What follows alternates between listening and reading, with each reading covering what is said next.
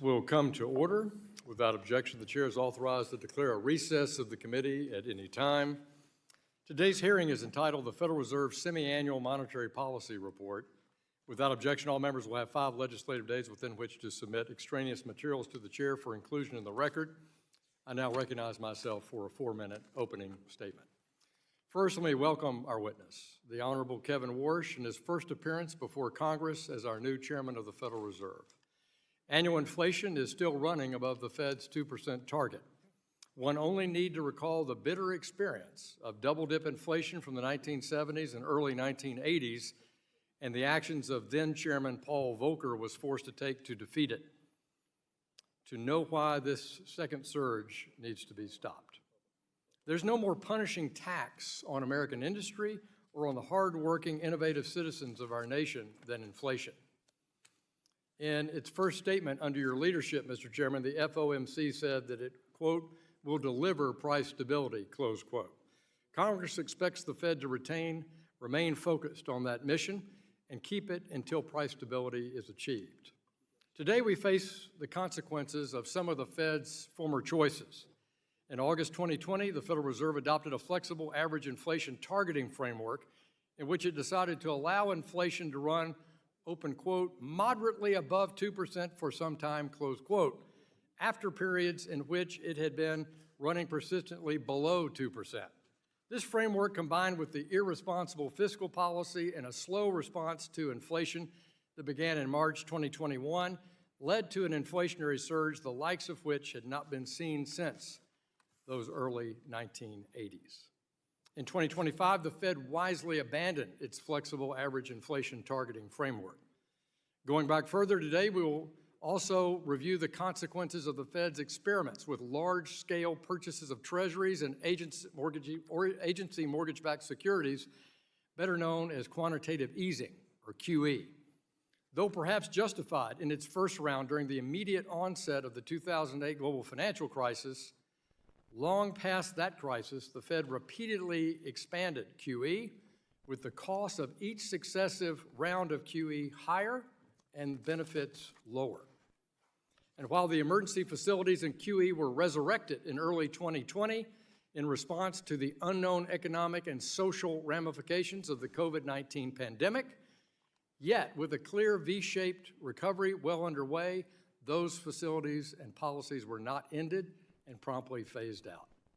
The result of these decisions was a Fed that held a quarter of the federal debt in 2022, and though that share has decreased, it still creates incentives for fiscal policymakers to avoid the tough decisions on debt and deficits today and leave the consequences to our kids and grandkids. You've said recently that inflation is a choice. I want to echo this and say that debt and deficits are also a choice.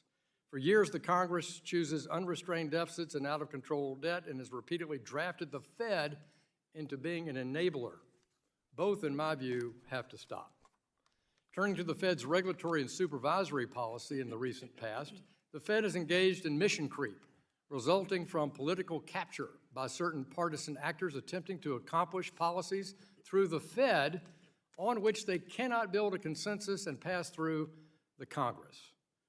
From crusades against digital assets to trying to make the Fed a climate regulator, these decisions took the Fed far beyond the boundaries that Congress has authorized in statute. It's not the Fed's role to make decisions for the American people on major questions of political or economic significance. That's Congress's responsibility. The Fed needs to avoid repeating the mistakes of the past and reform itself to guard long-term monetary policy independence and restore the reputation of the Fed in an apolitical as an agent carrying out the Congress's statutory directives. I look forward to your testimony today, Mr. Chairman, and I yield back. I now want to recognize our distinguished ranking member of the committee, Mrs. Waters, for 4 minutes for an opening statement. Thank you, Chairman Hill. Chairman Warsh, you are taking the helm of the Federal Reserve at an important moment. Congress designed the Fed to stand apart from politics so that it can support stable prices, maximum employment, financial stability, and the long-term interest of the American people, and not the personal interests of a president. Today, working families are being crushed by the rising cost of living. They pay more at the grocery store, more at the gas pump, and more for housing than they did a year ago. Just today, the Bipartisan Joint Economic Committee reported that Americans have paid a total of $56.4 billion more in gas since Trump began his endless war with Iran. That's $477 for each household in America. In fact, the Federal Reserve's own research shows that 1 in 10 Americans skips meals because they simply cannot afford it. Workers are also worried about what artificial intelligence means for their jobs and their financial security. The one common thread of all of this is Trump, whose policies and actions made the economy and the concerns of American people so much worse. His tariffs have driven up costs for consumers and businesses. His attacks on independent financial regulators have undermined confidence in the mission of institutions that have protected the public. His war in the Middle East, which has no end, continues to hurt gas and grocery prices.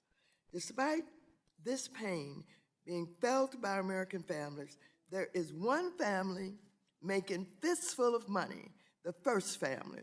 The Trump family has earned more than $2 billion since Trump returned to office, primarily from new crypto ventures that Trump's administration is supposed to oversee. Yet instead of addressing these growing conflicts of interest, Republicans are legitimatizing all of them.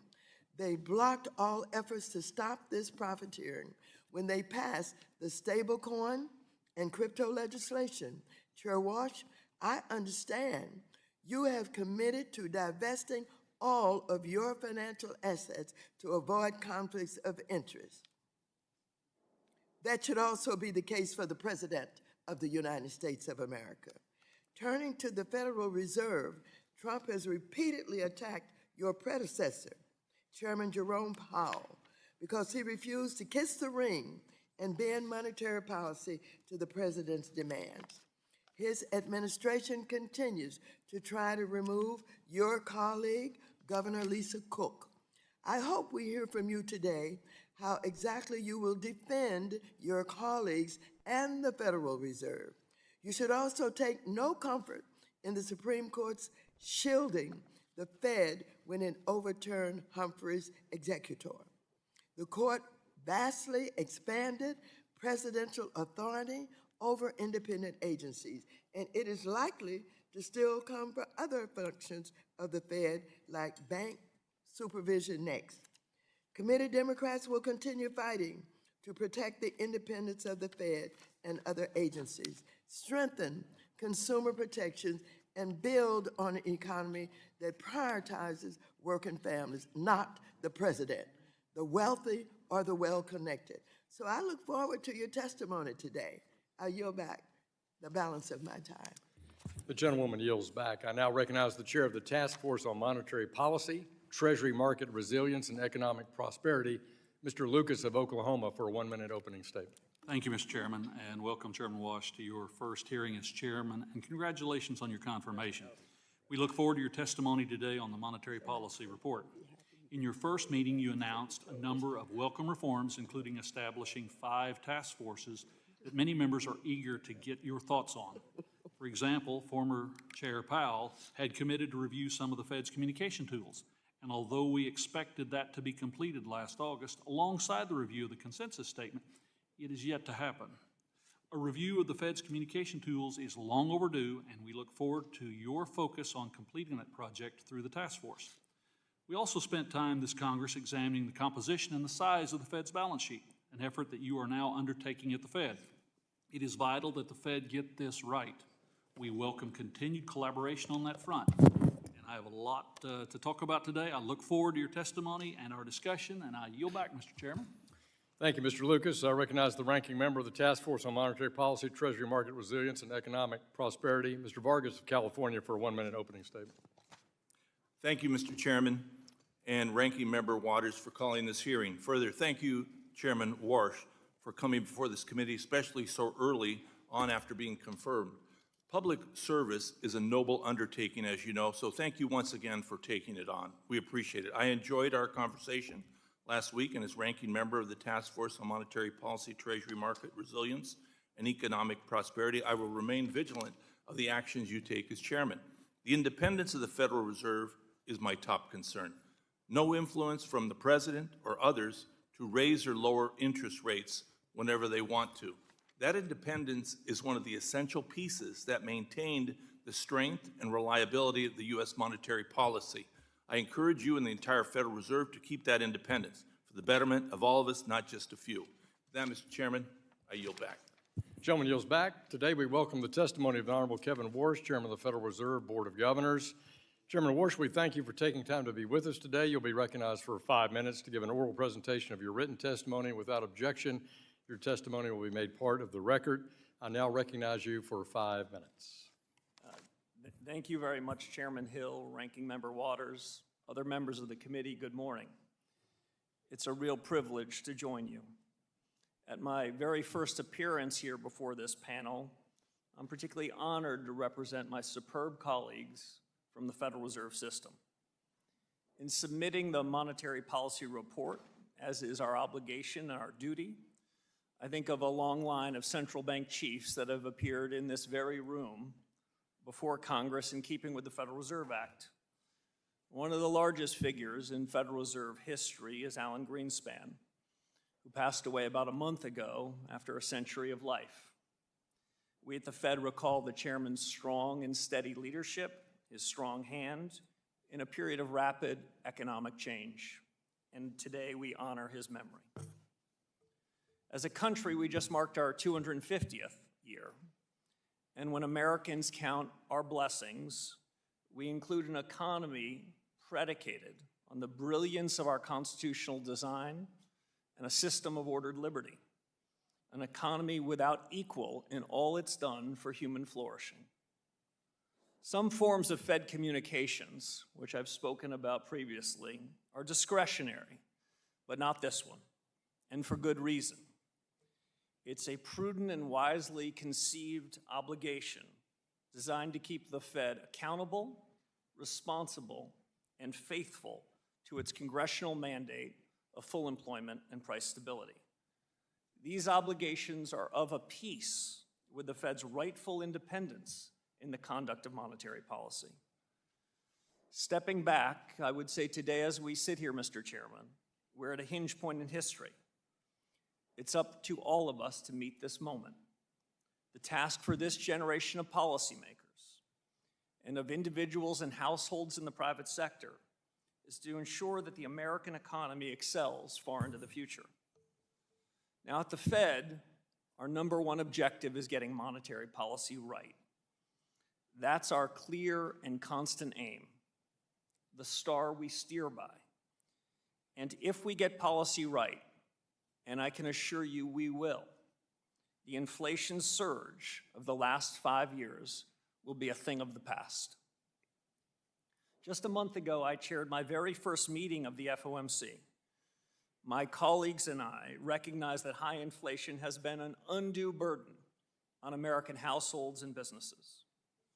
And while monthly price volatilities and variations are inevitable, especially in an unsettled world, underlying inflation over longer time horizons is determined largely by monetary policy. As the chairman said at the outset, inflation's a choice. The members of our committee have no tolerance for persistently elevated inflation, and we share a resolute commitment to ensure price stability. This was the focus of our June meeting, at which we decided to hold the target range in the Fed funds rate at 3.5 to 3.75%. Now, naturally, our work at the Fed demands a proper reading on economic conditions. As you see in our report, economic activity grew at a solid pace, showing remarkable resilience in the face of recent developments. Household consumption, moderate. Manufacturing output, it moved up steadily this past year. The housing sector, however, gives a somewhat different picture and continues to lag. I want to highlight the most striking feature of this economy right now, and it's business investment. The rapid pace, which appears to be accelerating, reflects in part the construction of data centers and other infrastructure, and the immense demand for AI-related equipment and software. Investment in equipment overall increased about 8% for the year in the first quarter. Within that category, high-tech spending logged an especially impressive growth rate of nearly 25%. At the Fed, we don't yet know fully the extent to which the economy will benefit from AI. Yet it seems inevitable that that which we're now calling AI investment will soon just be called investment. Even so, new opportunities for the economy introduce new challenges for central bankers. We at the Fed are monitoring the implications for employment and for inflation. That brings me briefly, I'll end here so I don't go afoul of the time commitment, to the supply side of the economy, which deserves equal measure of discussion. Productivity growth has been strong, predating gains from AI adoption. America's labor force appears stable. Job creation has in fact kept pace with the workforce. The unemployment rate is low and changed little over the last year. And we've seen relatively few layoffs. In closing, I will say this. I came to my new position as a believer in the very best of the Fed's traditions. I'm heartened by the welcome I've received and by the encouragement of my colleagues in considering how best to advance the conduct of monetary policy. We have a duty to point this institution forward, to take a fresh look at current practices, to make sure we're serving the objectives you gave us, and we're going about it systematically. I've appointed task forces that you've already referenced in 5 key areas to improve the broad conduct of monetary policy.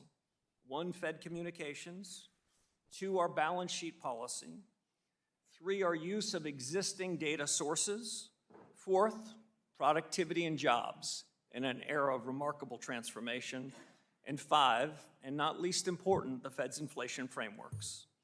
The purpose of this initiative is to equip the Fed to make better decisions in monetary policy and put these years of high inflation behind us. We're starting a new chapter, Mr. Chairman, at the Federal Reserve. In this consequential time for our nation, I can report to you that we at the Fed intend to be fit for purpose and focused on the future. We are the Federal Reserve, Mr. Chairman, and we're determined as ever to fulfill the mission that Congress has given us. Thank you, Mr. Chairman. I welcome your questions. Thank you, Mr. Warsh. We'll now turn to member questions. I recognize myself for 5 minutes. As outlined in your statement, inflation is the result of many factors. Of these, the Fed has control only over one: monetary policy, as expressed through its interest rate and balance sheet policy. Today, a potential second surge of inflation is appearing due to factors outside the Fed's control. What the Fed can control is how it reacts. Though upward pressure on prices may diminish on its own, it's not a sure thing. The Fed may be able to look through these inflationary pressures, but the Fed has believed that before and has been wrong. High inflation affects Americans in the here and now, not in some hypothetical future composed of long-term projections or of inflation expectations. Mr. Chairman, I was very encouraged to hear both in your testimony and your opening FOMC statement about restoring price stability as a top priority for you. When we think about that in the near term, though, how do you and your colleagues on the Open Market Committee plan to accomplish that given the policy tools at your disposal? Well, thank you, Mr. Chairman. We want economic growth to be more broad-based, and we want the change in prices, the increase in inflation, to be more limited. There are a lot of things that are happening that are outside of our control, as you mentioned, conflicts overseas and the rest. We can't have and shouldn't have a direct control on that. But inflation's a choice. We monetary policymakers need to choose lower prices, and that's the commitment my colleagues have made.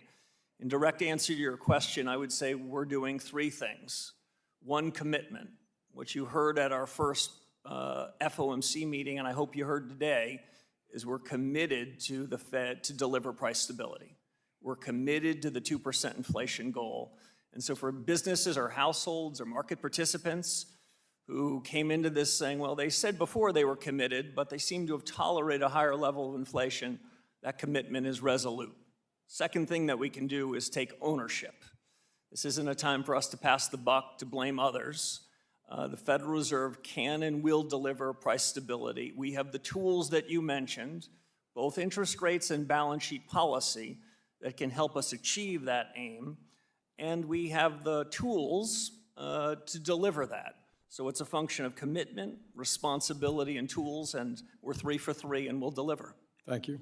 I referenced in my opening statement about the 2020 decision on tolerating higher inflation and that it's now been abandoned by the board. Clearly, I think that was a policy error. It was praised by some at the time in August of 2020, but I found it alarming at the time it took place. First of all, do you agree with the FOMC's decision to abandon that? And secondly, how do you consider this past 6 years of experience when you look at the task force work on the framework question for looking at inflation? Yeah, so there's no secret that at the time that the framework in 2020 was announced, the new framework, which was intended to get inflation higher, that at the time and in subsequent years before finding my way into this job, I was very critical of it. That central bank wasn't the first central bank to ask for a little more inflation and end up with a lot more. It was a mistake. The framework did not succeed in its objectives, and I am pleased that before my arrival, that my predecessors took that and cast it aside. All central bankers are going to make some share of mistakes, but when they make a mistake, they've got to call it out. Had that mistake been called out sooner, I don't believe we would have been burdened with this undue tax over the last 5 years. It's nearly the same degree. That's why we are reform-oriented. That's why my colleagues and I are so driven by these task forces to think about them anew. And in final response, I'd just say one of the task forces you mentioned is to revisit the inflation frameworks that the Federal Reserve uses so that we can better understand what will cause inflation to rise and fall and what we can do about it. Well, thank you. And you also referenced courage in your opening statement, and you've just outlined the toughness of the set of policy choices that you and your fellow governors have. So difficult that your longtime predecessor, Arthur Burns, described that mission as the anguish of central banking to try to cope with the different structures. So in the last seconds I have left, will your task force work review the issue of what you have control over versus what is in the control of the Congress and regulatory and executive branch authority? Yeah, I'll be brief in my response given the time. There's no anguish in central banking here, Mr. Chairman. We have the commitment, the power, and the responsibility to deliver on the mandate that this committee gave us, and we will. We've got full ability to do it, so you will not hear me blaming anyone else. Thank you, Mr. Chairman. My time has expired, and I recognize the ranking member, Mrs. Waters, for questions for 5 minutes. Thank you, Mr. Chairman. Chair Walsh, Section 10 of the Federal Reserve Act states, and I quote, "No member of the Board of Governors of the Federal Reserve System shall be an officer or director of any bank, banking institution, trust company, or Federal Reserve Bank, or hold stock in any bank, banking institution, or trust company," quote unquote. This prohibition ensures there's no conflict of interest arising from your role in making decisions as a regulator that could lead to your personal profit. Yes or no? Do you think that's a sensible prohibition?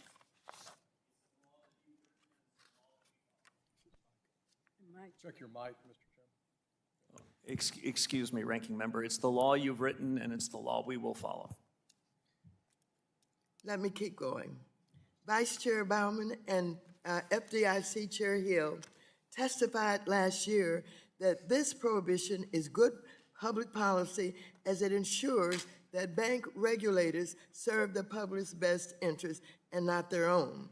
Now, unfortunately, President Trump undermined the independence of financial regulators, mandating the White House must now review and approve regulatory rules put forward by banking regulators, including the Fed, except when it comes to monetary policy. And instead of focusing on the job Americans elected him to do, the president grossly profiting off of his position to the extent the president and other executive branch officials now have a say in regulations in the Fed issues.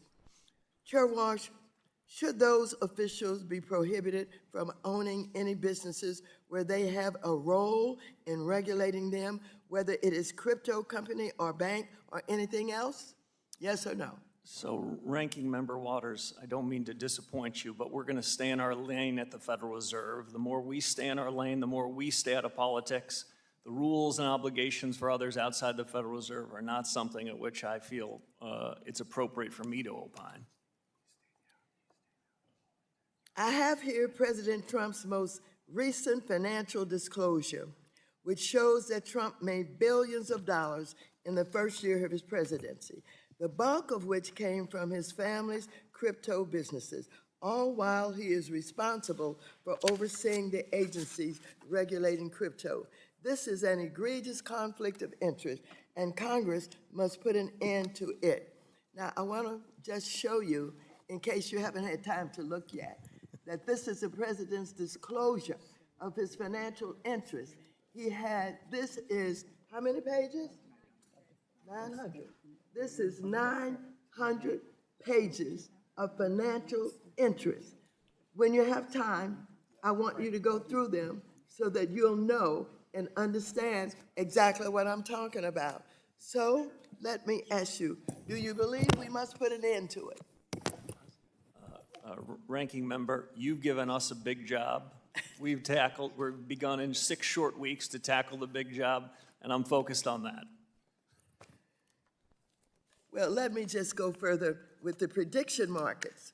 I'm deeply concerned by the potential for regulators to profit from the use of material non-public information on prediction markets. There's a pattern of insiders appearing to profit ahead of market-moving Trump administration decisions, like when officials with close ties to the administration make trades prior to major tariff announcements. Chair Warsh, what oversight does the Fed conduct over its employees with regard to insider trading? And given the rise of prediction markets, is the Fed increasing its oversight for its employees profiting from the use of material nonprofit information? Ranking Member, at the end of my very first week on the job, I sent a letter to the 23,000 employees of the Fed, reminding them the best of the Fed's traditions, which is our culture. And included in that culture is integrity. Included in that culture is ensuring that we abide by the law and the very highest standards. That's a commitment that we've made to each other and will make to you. Well, thank you. Chair Warsh, in 2019, I posed a simple question to former Chair Powell. I asked, if you get a call from the president and he said, I'm firing you, pack up and it's time to go, what would you do? Chair Powell said, of course, I would not do that. The answer would be no. Gentlewoman's time has expired. I asked further, he does not want me to go any further. Do you think the president doesn't have the He can authority? answer that answer, he can give you an answer in writing, and I'm sure he will do I want that the in a public to timely hear. way. Thank you so much. The chair recognizes the chair of our Task Force Monetary Policy, Mr. Lucas of Oklahoma. You're recognized for 5 minutes. Thank you, Mr. Chairman. And Mr. Chairman, I want to start off discussing these task forces you've created. Clearly, Chairman Hill's Monetary Policy Task Force idea is catching fire as we see this go across the landscape. What do you anticipate the result of the task forces to be? Can we expect public reports or other documents? How do you envision presenting the results of these findings, Mr. Chairman? Thank you very much. Right now, they're in discovery mode. I've given the 5 task forces a tall task to go back to first principles, see what we're doing, see what can be improved upon. They were starting with a blank sheet of paper, and you had a highly credible central bank running the most important monetary policy in the world. What would we do? Are there existing practices we could improve upon? Are there hard questions we could answer? The changes in the economy relevant to that? In terms of disclosure, we're going to make sure that the external independent task forces which are staffed by some superb Fed staffers, that they get to share their views first with the decision makers. There are going to be 19 of us around the table that are committed to listen to them with an open mind and make decisions, but there's going to be nothing held in secret here. This is a public discussion on these 5, and I'm happy to share the results and the thinking periodically between now and the end of the year, at which point I hope we've got some real conclusions. Of course, the committee task force is very sensitive on this thing. Let's move to the communications and balance sheet. A concern I raised with your predecessor is the potential for confusion on the purpose of adjustments to the Fed's balance sheet absent clear and frequent communication. For example, the trading desk announced yesterday it's continuing the $10 billion in bill purchases this period, presumably to maintain ample reserves. I understand not wanting to preempt the work of the communications task force, but can you share your thoughts on balance sheet policy communication? Will you make it clear to the markets when shrinking the balance sheet is intended to tighten monetary policy rather than a deregulatory effort to avoid market distortions? Yeah, you raise a couple of very good points. First, that some of the boundaries of these task forces will overlap. In some sense, each of the task forces are charged with obligations that are ultimately the FOMC and the Board of Governors. So the communications task force and the balance sheet task force, there might be some overlap in their work. But let me cut to the chase. The balance sheet policies since the global financial crisis when I last served, the balance sheet regime has changed quite significantly. The size and duration of assets the Fed's holding have changed massively.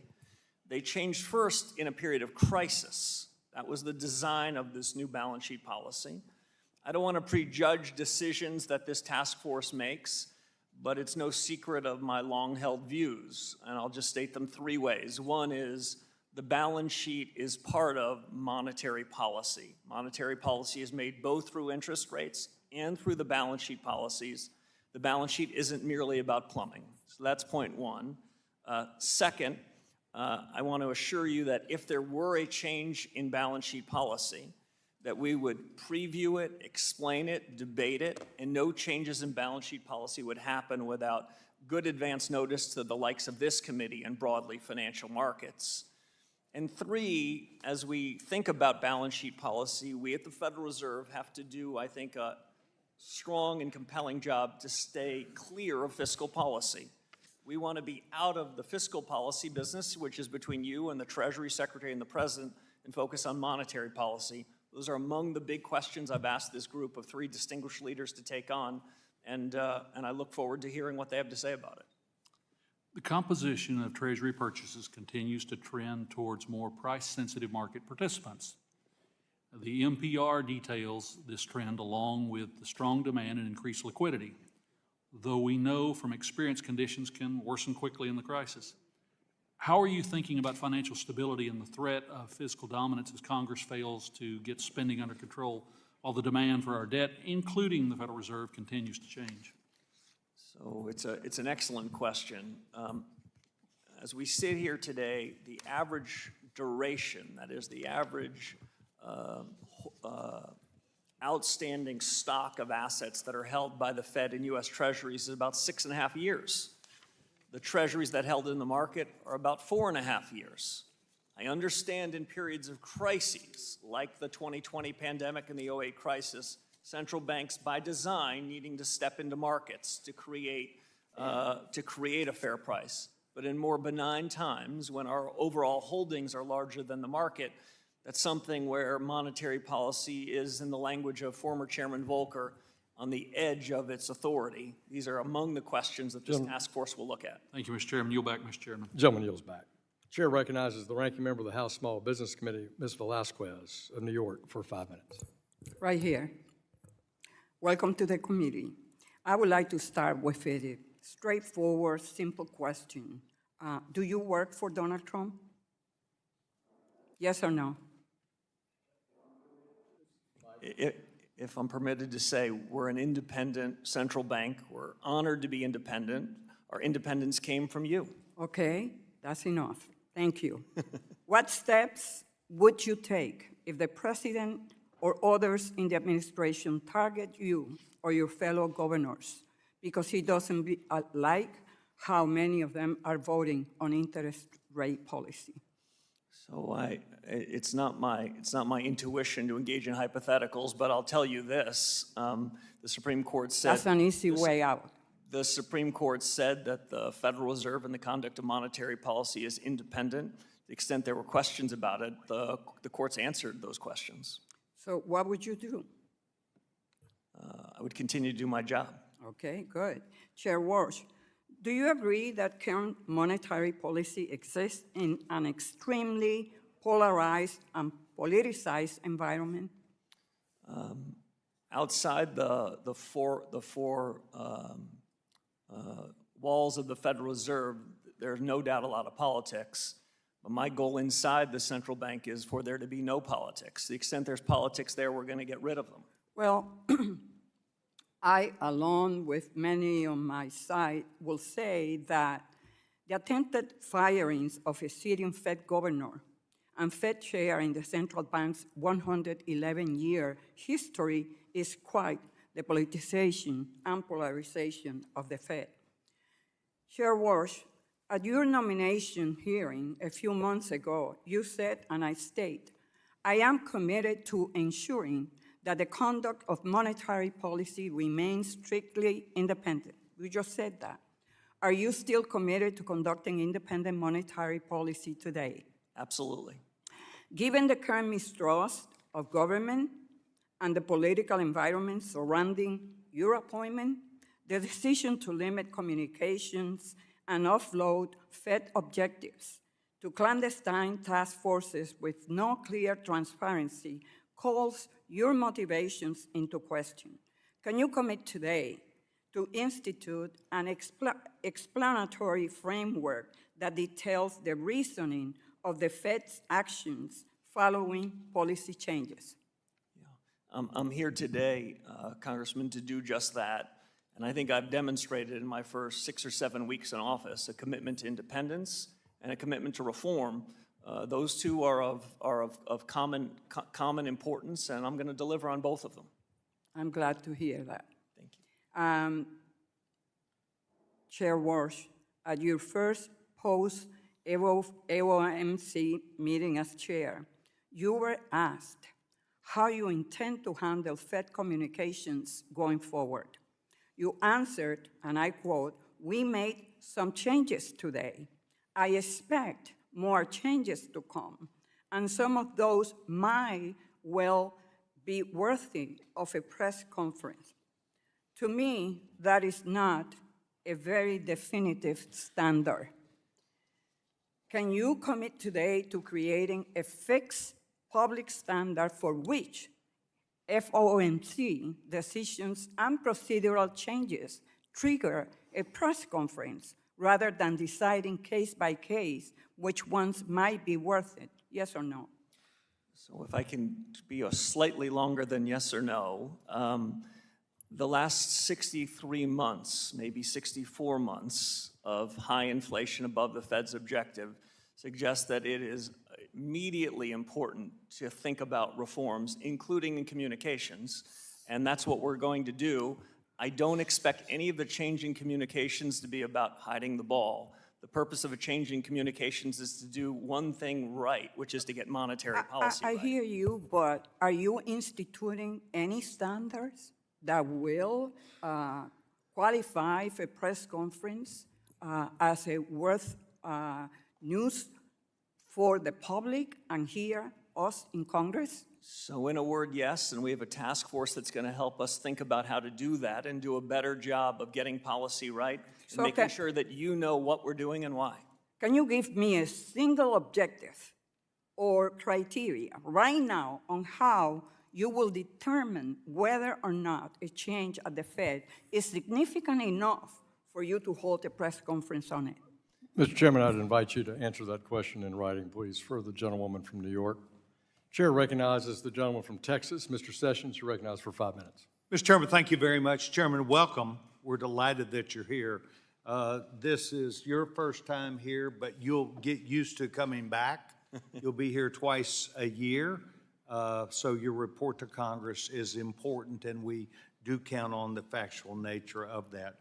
I'd like to refer, if I can, to 3 questions and allow you to speak instead of myself most of the time. Number one, housing interest rates, that would be on page 21 and 37. Then understanding better the agricultural stability of that marketplace. I represent a hugely agricultural district. And second, or lastly, the labor market outlook, that's page 16. I'll let the gentleman please move forward, and I'll prompt you now on the first one, housing interest rates. You would please talk to us, your view of that. It's higher than what I want, but you're the person that's in the seat today. So as I mentioned in my opening statement, prepared remarks, the economy is solid. Financial markets look like they're in very good condition. But when we look at housing markets, the story is much more uneven. 30-year fixed-rate mortgages, which is really the relevance of much of this discussion to a lot of hardworking Americans. It's higher than it's been, and in part, that's because of inflation that has been above the Fed's objectives. Okay, and looking forward, so we have your goal, what can we look at you and say, what is our new chairman going to do about that? So he's going to deliver price stability with his colleagues at the FOMC. And what we can do in making sure that people are confident that the change in prices is at such a level they don't have to think about it and they don't have to talk about it. That is consistent with long-term Treasury yields being lower, and that's also consistent with mortgages being more affordable. Well, I agree with that, and I'll look forward to that. Agricultural outlook, as you know, farmers, the farm economy is going through some changes. Your viewpoint on that? As you know, the Fed does not target particular sectors, but that doesn't mean these sectors aren't incredibly important. The housing economy matters to the economy, the overall economy, and so does the ag economy.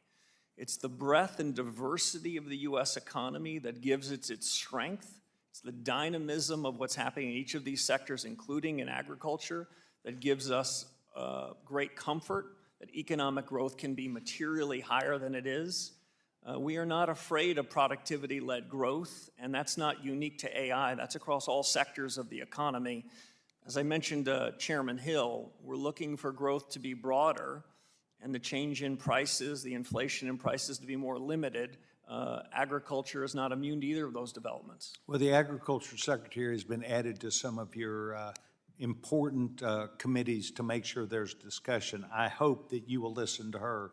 It is important for you to understand that when people talk about the stock market or investment, farmers and ranchers look out in their backyard at the cost of their equipment, at the cost of their land, at the cost of things. They don't have a stock market. They have their own investment. And I think that the Secretary can be there to completely continue to remind you of that. Labor market outlook really looks good. Page 16, sir, your take. Yeah, so the labor market has been remarkably resilient. The increase in nominal wages has been solid. You might have heard in my comments at the beginning of this a bit more focus on the price stability part of the mandate. I want you to know, though, that there is no disfavored part of the legislative remit that you gave us. The dual mandate is your word to us that we're going to focus on price stability and on full employment. I intend to do just that, and if I could add one other thing, in my view, the two parts of the mandate are not in conflict. This is not an either-or proposition. The more we can do to deliver low and stable prices, the more we can get it such that people aren't worried about inflation, the more employers are going to want to hire more workers. So you gave us a remit. We take both parts of it seriously. As we look out the window now, the labor markets look to be in pretty good balance. We've got some work to do on the inflation front. Well, we, in the One Big Beautiful Bill, encourage people to go back to work. And that is why we do not tax overtime pay and why we do not tax what would be tips. We need to get people back in the marketplace. We hope you helped us out, Mr. Chairman. Welcome to us, Mr. Chairman. Thank you for your time. Gentleman from Texas yields back. Chair recognizes the ranking member of our Capital Markets Subcommittee, Mr. Sherman of California, for 5 minutes. Mr. Chairman, first I want to commend you for looking to improve the data on which you base your monetary policy decisions. Up until now, we've relied on survey data as a substantial part of that. And increasingly, Americans just don't voluntarily answer survey questions. I want to commend you for declaring your independence. We saw what happens in Argentina, Venezuela, and most notably Turkey when federal central bank independence is eroded.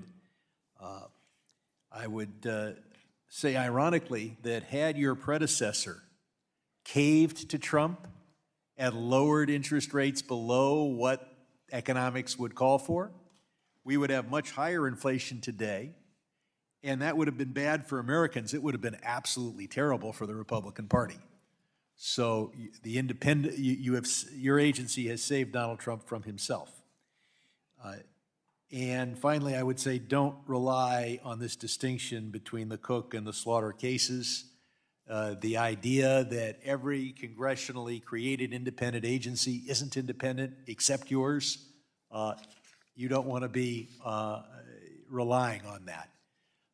The distinctions the court makes between your agency and every other agency are rather weak historically. Our capital markets support our business expansion and our economy. Money market funds are an important part of that, buying short-term commercial paper from corporations. Our payment system is designed to meet the needs of honest Americans. That's why we have an anti-money laundering, know your customer rule that makes it a bad system for drug dealers, sanctions evaders, et cetera. There's a rival to these institutions, and that is a cryptocurrency, which literally means hidden money, and is designed to, and then we have in particularly stable coins, which are just like a money market fund, except you earn zero interest, and everything is hidden. Now, the Federal Reserve established liquidity facilities to support money market funds in the last crisis. Will the Federal Reserve support cryptocurrency or stable coins if they face a run-on from investors?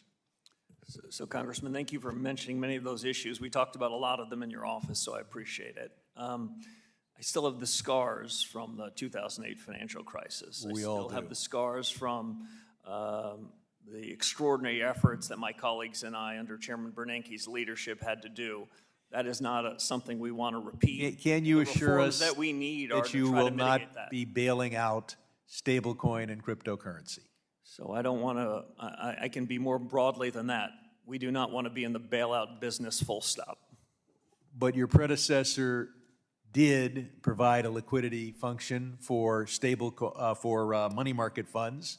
If, God forbid, we faced a similar circumstance in the crypto world, would you bail them out? So I want to be very clear. We're going to do everything we can to mitigate those sorts of extraordinary risks. If and when they were to come in the next 4 years, we want to be in a position we're not bailing out anybody, including crypto. You're not really answering the question. Obviously, everybody prefers our economy works well. And I'm certainly concerned with giving non-banks direct access to the payment system, and this Kraken filing with the Kansas City Fed is concerning, but I want to move on to Basel III.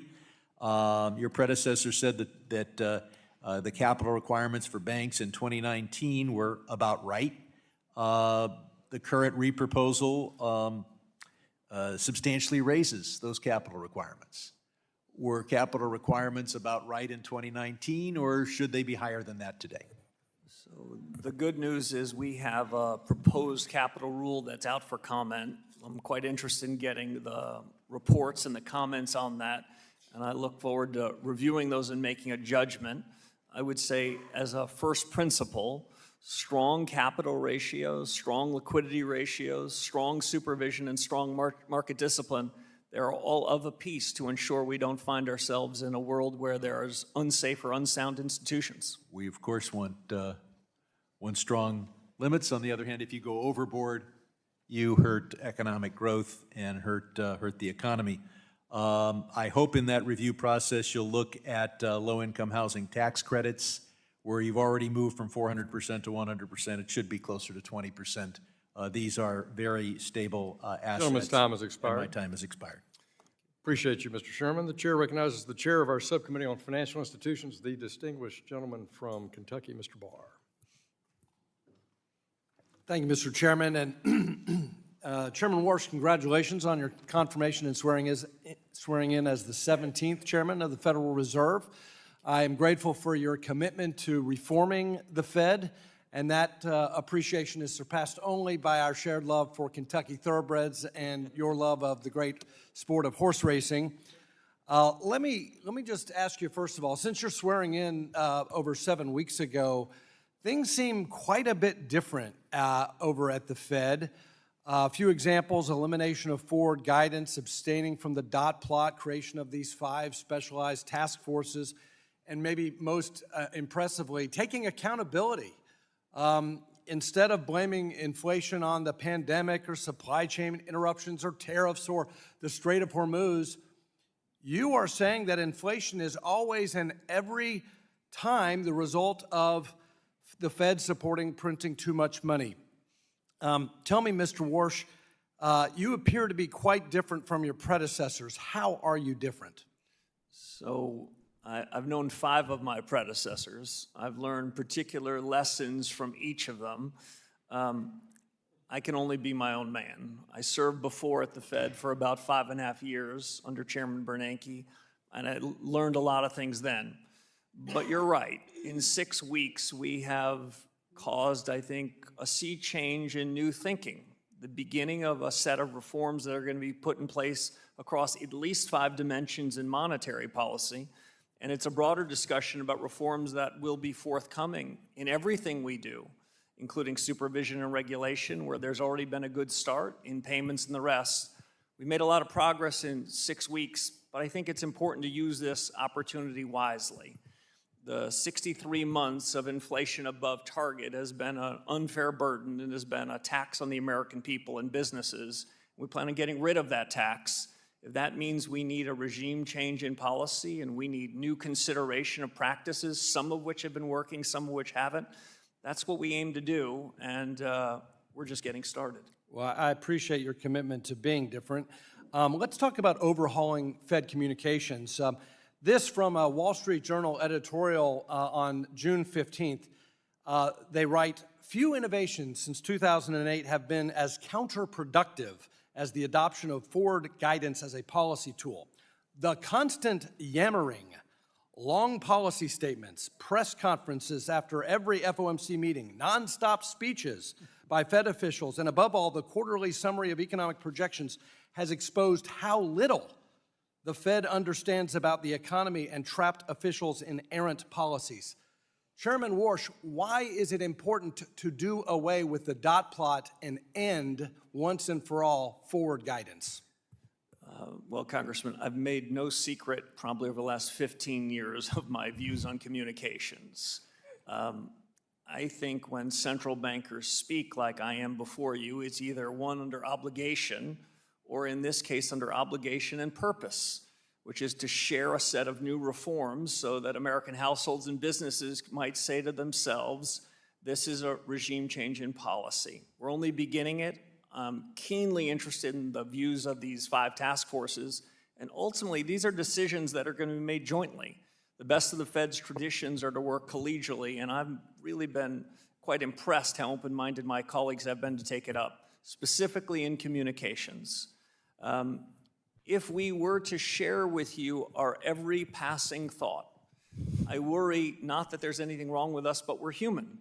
And if we were to give you my projection today about what we'll do when we meet in 2 weeks, what we'll do over the course of the year, that we'd then find ourselves sort of taking information that's consistent with our priors and rejecting information that's inconsistent. It's not the way we want to do things. We want to get policy right, and I think being somewhat more circumspect in our communications, at least for me, is a better way of calling balls and strikes. Finally, thanks for your commitment on dealing with this mission creep. In recent years, the Fed has concerned itself with matters outside of its dual mandate, including diversity, equity, inclusion, climate change, and the like. That's why the Fed's joining the network of the greening of the financial system distracted the Fed from the very important job of price stability. How will you keep the Fed from rejoining the Network for the Greening of the Financial System are veering into these peripheral and distracting matters that go beyond the statutory remit of the Fed? By being very clear of our obligations. You told us that our job is full employment and price stability. You gave us plenty of other hard work to do. We'll have a series of reforms outside of monetary policy. Our plate is full. We will gentleman's not be time has wandering expired. into other areas, I can assure you, Congressman. Thank you. I yield back. The gentleman from New York, the ranking member of the House Foreign Affairs Committee, Mr. Meeks, you're recognized for 5 minutes. Thank you, Mr. Chairman. And congratulations, Mr. Chairman. You just jump into this because in your testimony, you talked about the Federal Reserve's, and I quote, rightful independence in the conduct of monetary policy, which is good. Now, as the Chairman Hill has indicated, I also do some foreign affairs work. And I'm very concerned about what's taking place in the Strait of Hormuz and rising cost of gas, because we know that when those prices go up at the pump, it gives higher transportation and energy cost, and they work their way through the economy, generally making groceries higher and household goods, et cetera. So it depends upon handling it. So if the administration's handling of the conflict with Iran contributes to another inflationary shock, will you make the decision you believe is in the best interest of the American people and the American economy in that rightful independent stance? Congressman, that is always our commitment, to make the best decision we can, consistent with the remit and our understanding of the world. And as I said to the chairman at the outset, we'll deliver price stability. So, and that's, still based upon what we've seen from the president thus far. Now, I just want to be clear, make sure that, because I got to be clear on this, that if the president publicly pressures you to pursue a different course than the one you believe is in the economic, that you believe the economic data supports, will you follow the president's wishes or follow the data? My commitment to you is to follow the law and follow the data, follow our very best judgment. And that's even if he publicly criticizes you for doing it. If you decide this is the way to go, this is what the data shows, and he publicly criticizes you and tells you how disappointed he's in you and all of that, will you still do what the data tells you to do? I will, Congressman. You ready for that? I'm ready to follow the law, and I'm ready for the Fed to deliver on the expansive remit that you gave us. I'll make only one other note. We have a wide lens. We're interested in what's happening in the war. We're interested in what's happening in military conflicts around. We have to take that all in, but then we have to shut the door and make our very best decision. That's what we're going to do in a couple of weeks, and that's what we'll do in the remainder of my tenure. Thank you. So now I want you to know that I support innovation, but I also believe that the Federal Reserve has a responsibility to protect the integrity of our payment system from political pressure and short-term enthusiasm. And I believe that the administration has made expanding access to fintech and digital asset firms a clear priority of his, but the Federal Reserve has long evaluated access to its payment infrastructure based on safety and soundness, operational resilience, and effective risk management, and the stability of the financial system. Not politics, not political priorities. So, can you, and what I should say this also, because what I'm concerned about is that there are firms that's connected to our nation's payment infrastructure that must have robust cybersecurity, fraud prevention, compliance, and operational controls, because failures can undermine public confidence in the financial system and leave consumers exposed to significant harm. So, my question is, can you commit that decisions about access to the Federal Reserve's payment rails will remain grounded solely in the Fed's independent assessment of systemic risk, safety, and soundness, and not political direction? We're going to keep politics out of the Fed. We're going to stay focused on the responsibilities you've given us. And I think you highlight something very important. This new technology revolution, which is hitting the Federal Reserve and the economy, provides huge opportunities. The United States can lead in payments. Our economy can be the strongest in the world and improve its growth rate, but it's not without risks, and we at the Fed are going to strike the right balance between the challenges and the opportunities in payments and more broadly. Let me just ask this, I got 28 seconds, but what objective standards must any firm satisfy before you conclude that the benefits of innovation outweigh the risks to consumers and the broader financial system? I like the way you think. A benefit cost test is a good test for economists like us, and if the benefits exceed the cost, then that's the kind of policy, procedure, and objective we want to pursue. Thank you. Thank you, Congressman. Gentleman yields back. The chair recognizes the chair of our Capital Markets Subcommittee, Ann Wagner of Missouri. You're recognized for 5 minutes. Hi, thank you, Mr. Chairman, and welcome, Chairman Warsh, and congratulations to you. My work on the Capital Markets Subcommittee as chairman has been focused on giving the American people and our small businesses more options and access to our markets, giving the everyday investor and the local employer better opportunities to grow their financial future and kind of on their own terms, I'd say. Under the previous administration, we saw a heavy-handed regulatory approach that aimed to strip risk out of our markets entirely. And time after time, the Biden-Harris administration pushed policies that limited financial freedom and stifled growth. Our capital markets are, as we all know, the envy of the world, and that is because we allow Americans to weigh risk and reward for themselves and make the financial decisions that are best for them and their families.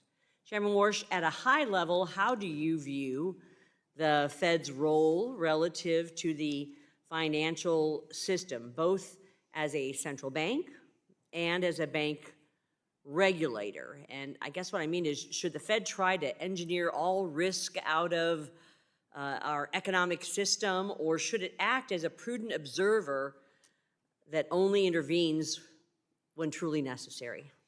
So, Congressman, it's a leading question, which I can answer with we need to strike the right balance. We are not trying to take risks out of markets in normal times. The economic growth that I mentioned to your colleague just a moment ago comes about because of a certain dynamism in our financial markets, which comes from a dynamism in the real economy. That isn't created by the Federal Reserve, but we can be a foundation with clear, steady policies, delivering on the remit that you gave us, so that the American spirit and American economic growth can continue to be the envy of the world. Something on the top of mind for myself and certainly for my constituents in Missouri's 2nd Congressional District is the state of the economy, including the cost of living, job growth, and interest rates. Though it is often characterized as being tasked with a dual mandate, the Fed, in fact, has multiple statutory mandates, including stable prices, maximum employment, moderate long-term interest rates, and financial stability. When the Fed leans into one of these goals, sir, it can create ripple effects on the others, forcing a balancing act between competing priorities. Chairman Warsh, how do you weigh these different mandates and the trade-offs between them? So I'm a little different than some in the economics profession on that, Congressman. I do not think we have a cruel choice between stable prices and full employment. I think the mandate that you and Congress gave us are entirely consistent. If we can ensure stable prices, the American economy can thrive, businesses can hire more employees, and the dynamic economic engine we talked about can continue to be the envy of the world. I don't think we have to run a balancing test. I don't think it's an either-or proposition. We're in the business of doing what we can to ensure financial stability over a business cycle and financial cycle, and we're always in the business of ensuring stable prices and full employment. At different times, our focus, our lens has to turn to one of those priorities, but I think they're entirely consistent with each other. Which leads to my next point here. There are some who believe Chairman Warsh, that the Fed should be used as an everything regulator, where instead of acting as an observer of markets, the Fed attempts to actively manage them beyond its statutory responsibility. Chairman Warsh, how does this mission creep affect the Fed's reputation? And should the Fed take actions beyond those specifically authorized in federal law? We should follow the law. There is a tendency when circumstances get tough for any regulatory agency, any agency to go to the edge of their authorities, but that's when politics enter the door.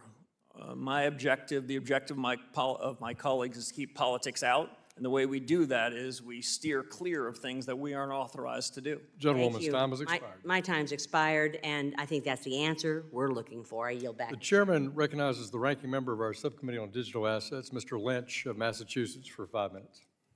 Thank you, Mr. Chairman. Welcome, Chairman Warsh. Good to see you. My congratulations. I was pleased to see that in your opening remarks, you spoke to the issue of artificial intelligence. And as the ranking member on AI and crypto, I was just curious to try to tease some more of your thoughts out on that. You know, not only in the financial services context, but AI in general. I mean, in the past, the Federal Reserve has been able to identify risks of impact to the financial system, but also in a wider context as well. And I wonder if you'd share some of your concerns about that. And I guess I'd like to know, under your leadership, what will be the Fed's approach on AI and how you protect the system from some of the risks that may be attendant to the adoption of AI. Yeah, thank you, Congressman. We talked about this a bit in your office, and I appreciate the time. This is perhaps the most significant change in our economy in my adult lifetime. I take the new investments in intelligence, in some sense, to be one where we have to recognize it's a huge opportunity, but it also comes with risks and challenges. It is not the job of the central bank to provide or be certain of what the consequences are over the next 12 or 24 months. But we recognize that the United States is likely to be a big winner. The United States is at the forefront of these technologies. Both the human capital and the capital provided from investors are happening here. So the efficient frontier of these technologies are happening in the United States. This is a benefit broadly to our economy. But I don't want to sound overly complacent about it. These technologies also offer threats when they find their way into adversaries' hands. The infrastructure at the Federal Reserve, the infrastructure at our banks, large and small, they must feel new pressure as people are looking to use these technologies to do harm. So these technologies can be used for good and for harm. Over the long term, I think the U.S. is the winner. Over the long term, I think there is a material improvement in productivity, which should have a material improvement ultimately in wages and the strength of the economy. But the long term it can be quite far out, and we've got to monitor things month by month, quarter by quarter as we get there. Yeah, the thing that troubles me is every time we talk about AI, I hear about this race, and it's us against China, or it's us against South Korea, or countries in the EU. The problem with that thinking is that in this race, and we're seeing the velocity of change is enormous. It's exceeding, obviously, our ability to regulate AI. At the end of the day, I don't see the United States as the winner. I don't see China as the winner. I see artificial superintelligence as the winner. That's where we're rushing along this course, and at the end of the day, we're creating either us, and it doesn't matter whether the creator of artificial superintelligence is a good guy or a bad guy, or a good gal or a bad gal. That superintelligence itself will be the entity that we have to confront, and I just worry about the broader impact of what's going on right now. There's tremendous resources, as you know, being poured into AI. I just hope that the course of regulation does not meet the same fate that the regulation of crypto did, where the crypto industry spent close to $250 million up here on Capitol Hill, and they got the bill they wanted. If that happens with AI, we are in serious existential trouble, not only in this country, but in this world.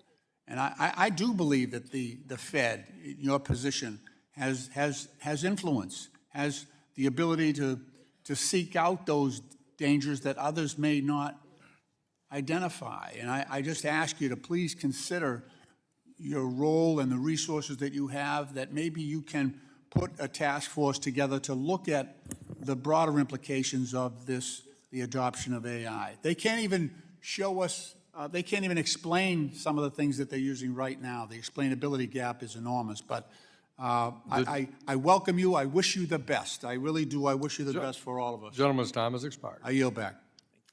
Chair recognizes the gentleman from Georgia, the Vice Chairman of our Financial Institutions Subcommittee. Mr. Loudermilk, you're recognized for 5 minutes. Thank you, Mr. Chairman, and Chairman Warsh, welcome. Thank you for being here, and Godspeed with the position you now have, and we wish you the best of luck. Thank you. First, I want to talk about Operation Choke Point. As you are fully aware, Operation Choke Point 2.0 involved partisan actors at the Fed using, as a quote, reputation risk as a means to target and debank firms and individuals in the digital asset ecosystem. The energy industry, and really anyone that partisan actors at the Fed believed unworthy of a bank account or loan. This was especially egregious given the fact that the Fed does not have a statutory authority from Congress to supervise for reputation risk. While I'm happy that reputation risk has been wiped from the Fed's guidance to examiners, can you please tell us what steps the Fed can take to durably ensure that statutory silence is never again abused by partisan actors to attempt through the Fed what they cannot make through law in Congress, and also what actions that you may be taking? So thank you, Congressman. Reputational risk has been removed from the dashboard that supervisors and regulators will have anything to do with. My view is that being a good supervisor and regulator is tough business, and we don't need to make it harder by bringing politics into it. Vice Chair Bowman has begun a series of reforms before I arrived in this, and I think you're going to find in the coming quarters and years we're going to continue to reform and refine our regulatory system so that we can have a safer and sounder financial system, and I'll add a more competitive one too. All right, thank you for that, and we appreciate your work in that area. The Fed currently holds a considerable share of federal debt and has for almost 2 decades now. With a ready buyer and low interest rates, it's not surprising that Congress has been incentivized to run up large and growing deficits over the same time frame. You've spoken before about the Fed's role here and the threat of monetary dominance and fiscal dominance. How can the Fed get out of the business of underwriting Congress's fiscal irresponsibility? One thing we can do is think hard about when we're going to be buying debt from the Treasury.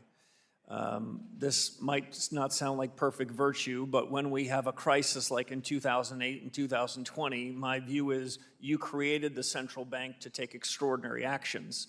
In more normal times, in a more normal business and financial cycle, fiscal policy needs to be a decision that you make with the administration. Fed should have nothing to do with it. I've set up a task force to focus on the balance sheet, to ask the question, first, what's the effect of the balance sheet on the conduct of monetary policy and ultimately inflation? Second, what are the pros and cons of different regimes? I'm not of the mistaken view we can go back to where we were when I arrived at the Fed in 2006, but I think there are several other sustainable equilibrium we can achieve. And the third question is equally important. It took us nearly 18 years to find our way into this balance sheet. We're holding a lot of long-term Treasury debt, long-term mortgage-backed securities. We won't be able to make changes overnight. Any changes that we make would be well deliberated, would be public, would be understood, and there'd be quite a bit of time before any of that was operationalized. I look forward to the recommendations of the task force, and I look forward to hearing from my colleagues around the FOMC as we contemplate alternatives. Well, thank you for that. And what are your greatest concerns with regard to the threat of monetary dominance? Yeah, so you have a different job than we do. The independence that many of your colleagues have spoke about this morning is a political and economic decision to give us the pen on interest rates, to let us be the deciders of monetary policy. I've always taken that as part of a bargain. You're giving us independence in that, and my judgment is we should be staying out of fiscal policy. We shouldn't be weighing in, no matter how tempting it might be, either directly by buying assets that have some flavor of fiscal policy, or by opining on subjects that really isn't our business. We're going to try to stick in our lane at the Federal Reserve. We've been good at that for the last 6 weeks, but there's always a temptation to wander in other areas. I'm going to try to be reserved in my comments on fiscal policy with you and your colleagues. That's your job, it's not mine. Well, thank you for those answers. They're very thorough and very refreshing to hear. And with that, Mr. Chairman, I yield back. Gentleman yields back. Chair recognizes the gentleman from Houston, Texas, Mr. Green, who is a ranking member of our subcommittee on oversight and investigations. Mr. Green. Over here, Mr. Chairman. Thank you. Thank you, Mr. Chairman. I thank the ranking member as well. And I welcome you to the committee, Mr. Chairman, but I would also say to you that I will pray for you. And I'll pray for you because many of the questions that have been predicated today hinge upon a belief that you will sanction the president's desires. It is thought among the general public that you're in the position you're in because the president could not have the influence that he wanted to have with the prior chair, and he believes he can have it with you. So I hope that you will stand firm and honor your commitments that you're making, though some of them are not firm commitments as I understood your language. You indicated that you're interested in war. I appreciate this, but I believe you should also be interested in speculative bubbles. My assumption is that you are. Are you interested in bubbles, speculative bubbles, Mr. Chairman? We've got a wide lens. We spend a lot of time thinking about what's happening. I'm going to take that as a yes. Now, given that you're interested in speculative bubbles, let's just talk about a bubble that occurred. President Trump's meme coin, $Trump, profited an average of $1.74 million per day over his first year. $1.74 million per day. This amounted to approximately $636 million in total royalties and licensing fees generated at its launch. While this was happening, during that same period of time, nearly 1 million investors lost a combined $3.8 billion. This is because that meme coin lost value, dropped precipitously in value. It was a bubble, by the way. It is nothing. Anybody who's listening to me, if you've invested in a meme coin, you've invested in nothing. Zero. In a righteous world, it would be illegal. But given the Secretary of the Treasury that we have currently, it is not. And that's very unfortunate. SEC, the Secretary of the SEC, it is not. I think that we should concern ourselves with these speculative bubbles. And whether you like it or not, you have to concern yourself with it because when you lower interest rates, you lower the rates such that there's more capital available for people to use for speculative reasons. So you have to be concerned about it whether you want to or not, because you don't want to see a speculative bubble.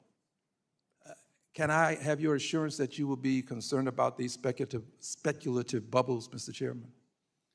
So, Congressman, we want a resilient, strong, safe financial system, and we are looking at financial markets and we're looking at the real economy to make sure we deliver on what we can Some of these other subjects are really more in your purview and responsibility than They're in my mine. purview, excuse me for interrupting, but I have to.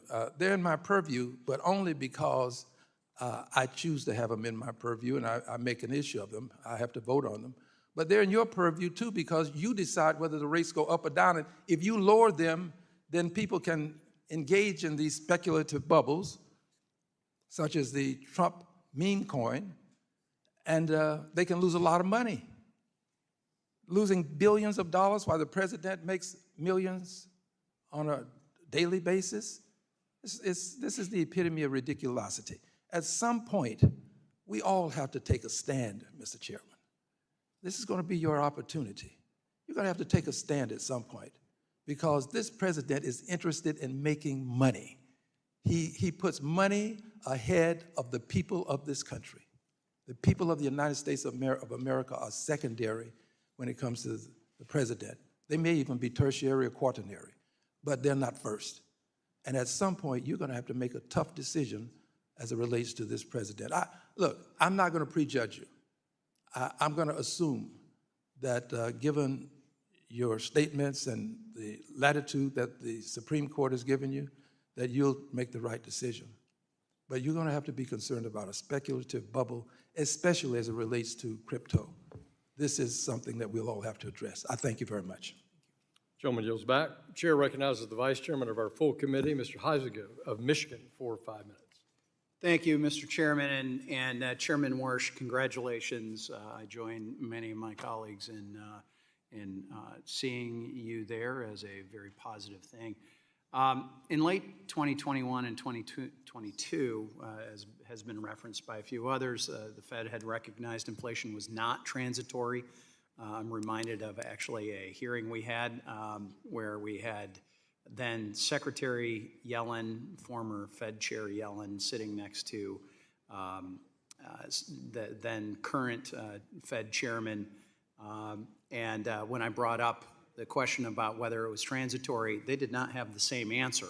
And it was interesting seeing how that lag, and it sort of played into the fear that many of us had that there had been more to this foot dragging coming out of the Biden administration. The quick question is, while the appropriate speed of a response depends on what is driving inflation, I think you would certainly agree. I'm curious your view of how the Fed should make that judgment and act quickly once it does, because I think, as has been pointed out, there was a lag. So, Congressman, I appreciate the question. We only look to the past for lessons learned. We're not trying to relitigate the decisions that are made of our predecessors, but the reforms that I've already announced in communications, the task forces that have been established, are an attempt to make the conduct of monetary policy better, swifter, more sound, so we can deliver price stability. Our number one objective is to get policy right, and my judgment, as I said to one of your colleagues before, is that demands an open mind. That means not pre-committing to decisions before we take it up inside the four walls of the Federal Reserve. And so you'll hear from me a lot less forward guidance and a lot of listening. Generally, as a practice, what we're going to try to do, especially at the beginning, is deeper, more serious discussions among us, fewer pronouncements. So I appreciate you don't want to relitigate the past, but I do think, as we all know, we also learn from history. And during the previous administration, the Fed took some pretty major regulatory actions, some within its statutory authority, and in my view, maybe excessive, but others that were clearly beyond what Congress had really authorized. And everyone agrees a safe and sound banking system is essential to monetary policy, the economy, and the American people. But when the Fed exceeds its statutory authority or reinterprets old laws to claim new powers, that to me is mission creep. Can you assure us that future bank regulatory proposals will respect the important procedural guardrails established by the Administrative Procedure Act The APA has been in many ways trampled, I believe, which often received only nominal consideration under the previous administration. How are you going to handle this? So we're going to follow the law just as you say. You've established a set of laws. There's a set of regulations by which changes in supervision and regulation, changes in guidance can be made. We intend to follow them with an objective, as you mentioned, of a safe, sound, and again, I'll add, competitive banking system. There's a huge strength for the United States, and our banking system is stronger and more resilient than most around the global economy. Expound a little bit about your views of the importance of a banking system to the American people and the benefits to them of a Fed sticking to the authorities that Congress has given it, and rather than going far afield. Yeah, so we've got to keep politics out of the Fed. Politics can find their way into the Fed through any of the range of powers that you've given us. Our supervisors and regulators have a lot of authority over the thousands of banks that are regulated in the United States. Explicit authority and also authority when they knock on the door and they ask a series of questions. One of the great strengths of the U.S. economy is the diversity of institutions we have in the banking business. Most of the G20 counterparts we have, they have a handful of banks. They're implicitly backed by their government. One of the untold strengths of our economy is the diversity of our banking system. We've got regulators that need to ensure that the regulation and supervision are tailored to what happens in those institutions. One size fits all might work for other countries. It doesn't work in the U.S. And the vision I have, Congressman, is liquidity and credit that comes up from the real economy through the banks. Thank you. And gets aggregated, not top-down liquidity Gentleman's provided by the Federal time has Reserve. expired. Thank you. I yield back. Thank you. Chair recognizes the ranking member of our subcommittee on housing and insurance, Mr. Cleaver. You're recognized for 5 minutes. Thank you, Mr. Chairman. Let me first, before I ask any questions, express my personal appreciation for you and Ranking Member Waters for allowing and giving my partner, Mike Flood, and I the opportunity to go out and deal with this housing issue that, frankly, I think is going to add a whole new dimension to our ability as a federal government to increase this human need for housing. So thank you very much. I appreciate, and I know he does as well, all of the freedom that you guys gave us. Thank you, Madam Ranking Member. Mr. Chairman, congratulations for your new step and your career and for being here. I appreciated having a good conversation with you prior to this hearing. And I'm sure that you're not surprised that there's a great deal of interest in independence. And in theology, you said there are 4 endowments of the human species, and one of them is independence, that we have an independent will. And I'm interested in a declaration of independence, if you will. Wax eloquent on your view about the independence of the Federal Reserve. So the independence of the Federal Reserve is sacrosanct. Part of the reason for the Fed's power comes not just from a printing press, though it can be useful from time to time. It comes from our credibility to make the best choices we can, consistent with the law that you've written for us. And that credibility is bolstered if we are and are perceived to be independent. And so that's a commitment I can make to you, because that's the way we can best do our job. Well, thank you very much.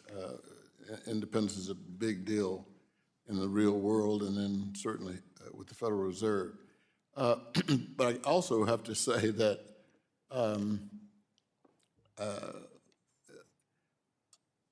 you know, there is a terror of the unknown as part of who we are.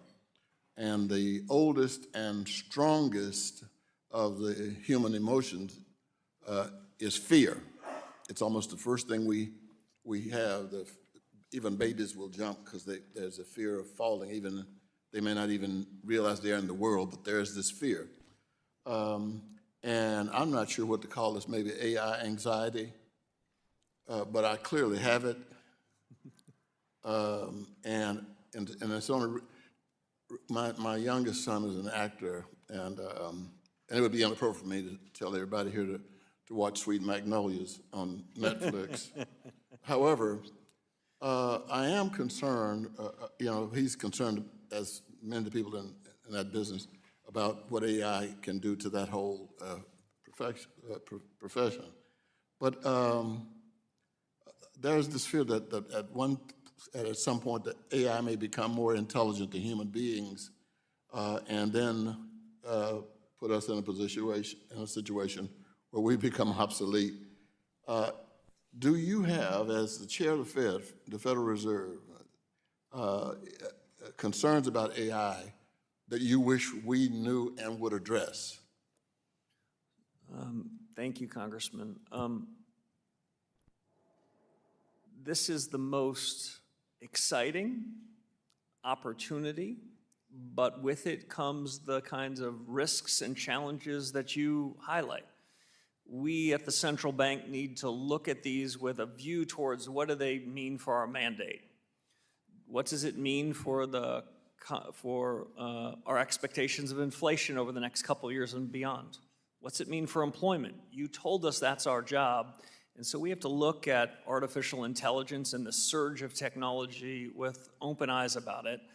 I must admit that part of these challenges, I see huge amounts of talent and thinking inside at the Federal Reserve, but I wanted to bring in some outsiders to share a view, so I've created a task force on productivity and jobs to help us think about that connection.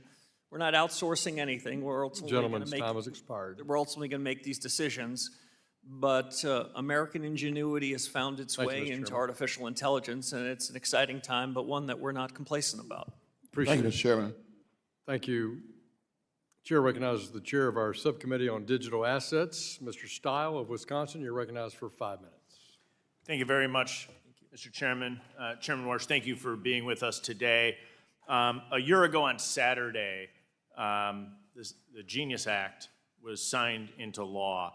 And with that, a series of deadlines for rules to be promulgated began, and the clock began to tick. You came into your job confirmed approximately 2 months ago. The deadline for the Fed to promulgate rules is this Saturday. Will the Fed meet that deadline? Well, it's a fair and open question. I have been corrected. I've not been in the job 6 weeks, but 7. We're racing to put that out by this deadline. I'll just add one other thing, Congressman, without taking too much of your time. I think rulemakings from the bank regulators are best when we have a family fight between and among us, so that there would be one proposed rulemaking for comment. It might not be exactly true this time, but that's my objective, that we'd be coordinating and issuing our rulemakings at the same moment. I appreciate that. I think from this body, I think there's a huge opportunity with stablecoin in particular to make sure that consumers are protected. That was one of the drivers of us passing that legislation. There's a lot of work to be done. You're new in your new role with the Fed, but we would like to be updated if, in fact, that deadline is not made. And then, in fact, when those rules will be promulgated, we're all anxiously awaiting, so appreciate your attention to that. Let me shift gears. There's been a lot of talk about AI, obviously, as any new technology, as you have said, brings forward opportunity, but also risk. One argument, of course, is the labor market could collapse. We heard that offered by a couple of our colleagues. Of course, as we look back at other technological cycles in the United States, we've actually seen standard of living increasing. Jevons paradox tells us that actually as technological cycles come through, we have opportunities for greater employment, in particular if we get the rules of the road right, as in many ways the United States has in previous technological cycles. How are you analyzing your role with full employment, in particular as it relates to this next technological wave? If this cycle, Congressman, is like the previous positive technology shocks, The U.S. will be richer, will be more productive, there'll be more labor, there'll be more wages, there'll be more compensation. That is if this follows prior trends. This technology shock is likely more significant. This is probably the biggest change in my adult lifetime because it's not just the creation of a new widget. What it is, it's changing the method of innovation and the speed of innovation, and I can't think of a country on earth as well positioned to take advantage of it. So that's on the one hand, but on the other hand, it can lead to disruption. My own best guess is that the advent of the technology will be augmenting existing work, that employees that were there will be more productive. And ultimately, at the end of the day, I don't believe in the lump of labor fallacy. All the jobs that are there have already been created, and the technology will remove some. Well, it might be disruptive in the near term, but it'll create a lot of other jobs. Just to give one example from history, and then I'll close. Who knew at the creation of the internet that the internet would create 1.5 million Uber and Lyft drivers? I certainly didn't. So I want to be very open-minded about the job-producing elements of it. But we have a day job, and it's to deliver on price stability and full employment. I've asked this outside task force of a few incredible experts to think hard about it over various time horizons, and we'll keep our eye on making sure we deliver in every one of those time horizons to ensure stable prices and full employment as best we can.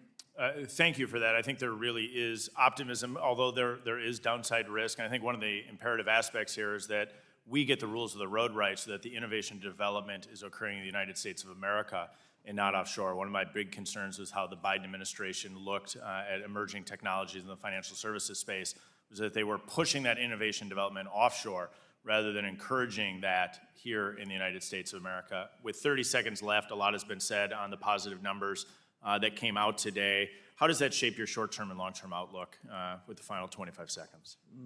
So it's one data point. The reason I created a task force on data is I don't want to overread or cherry pick data.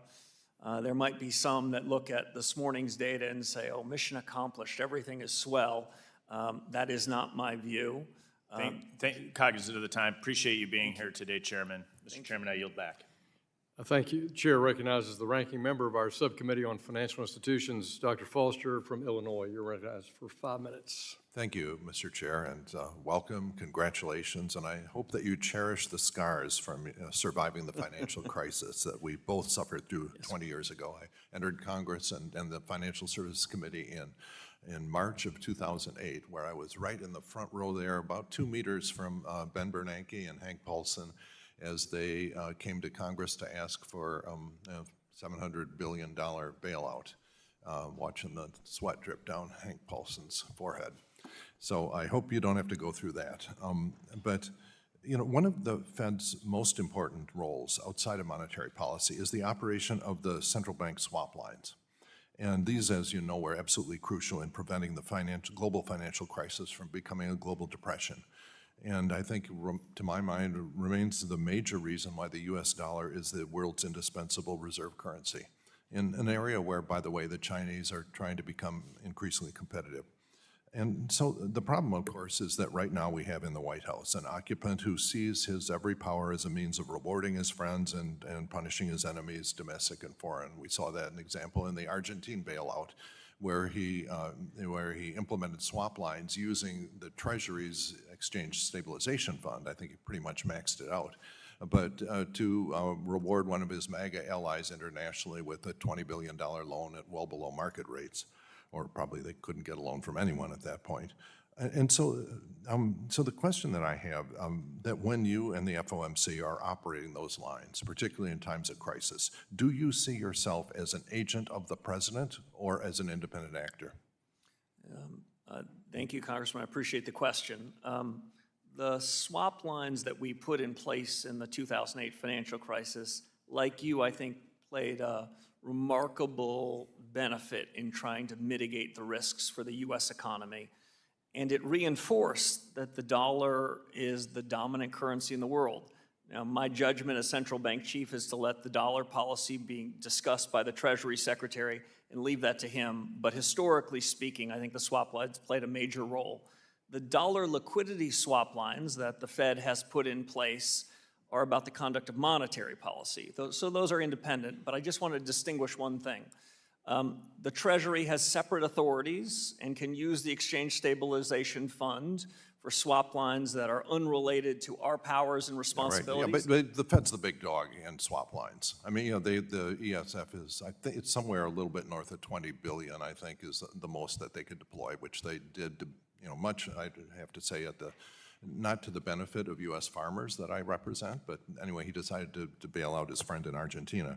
But that was the Treasury, and that was different, So the question is, what happens if there is a crisis and you get a call from the president and says, I got this friend that I want you to bail out or punish by politically allocating those swap lines? Is there an independence there that we have to protect as well? So the independence in the conduct of monetary policy and everything that comes along with it is independent. But just to go back to the 2008 financial crisis, when all that happened, as you'll recall, the Treasury Secretary and the Fed Chairman, they often had to work in tandem. It's hard to distinguish in crisis times, separate from more benign times, exactly where those roles and responsibilities are. And when we put in those swap lines, when I was a governor at the Federal Reserve, I remember frequent discussions between the Treasury and the Federal Reserve. We have our independent authority, but I don't want to leave you with the impression that in 2008 or 9 we did that without a discussion with the Treasury. Okay, well, I just, be very careful of that because you are going to be coming under extreme pressure. Now, let's say I applaud all of your focus on data, which we talked about when we talked, and in particular your need for better real-time data. The question of whether we could have picked up the inflation earlier with more leading and real-time indicators, I think is a very valid point. I applaud you for having your committees investigate that. But does this interest also go into real-time regulatory information as well, which I think is really going to be crucial in a world where there's 24/7 banking operations. Banks and financial institutions can get in trouble fast. And so are you also going to be looking at the need and benefit for regulatory data on a faster timescale? Absolutely. I've only been here for 7 weeks. The focus in those first 7 weeks, I must admit, is making sure that monetary policy gets back on track. But many of these lessons learned, like in data, how do we make real-time decisions isn't just as monetary policymakers, it's as supervisors and regulators. The world, as the discussion about AI suggested, the world's moving faster. Gentleman's time is The world's expired. accelerating, and the Fed has to move with that speed. Thank you. Yield back. Thank you. Chair recognizes the chairman of our Subcommittee on National Security, Mr. Davidson from Ohio, for 5 minutes. Thank you, Chairman Hill. Chairman Warsh, thank you for your testimony today and frankly for leading at the Federal Reserve. The Constitution gives Congress the responsibility for monetary policy, and since 1913, that's fallen to the Federal Reserve. And, a lot of people say, well, what did we create when we created the Federal Reserve? And the fight over the shape of our monetary policy is as old as, Alexander Hamilton versus Andrew Jackson. So I think a lot of my constituents wonder, what happened to the purchasing power of their dollar?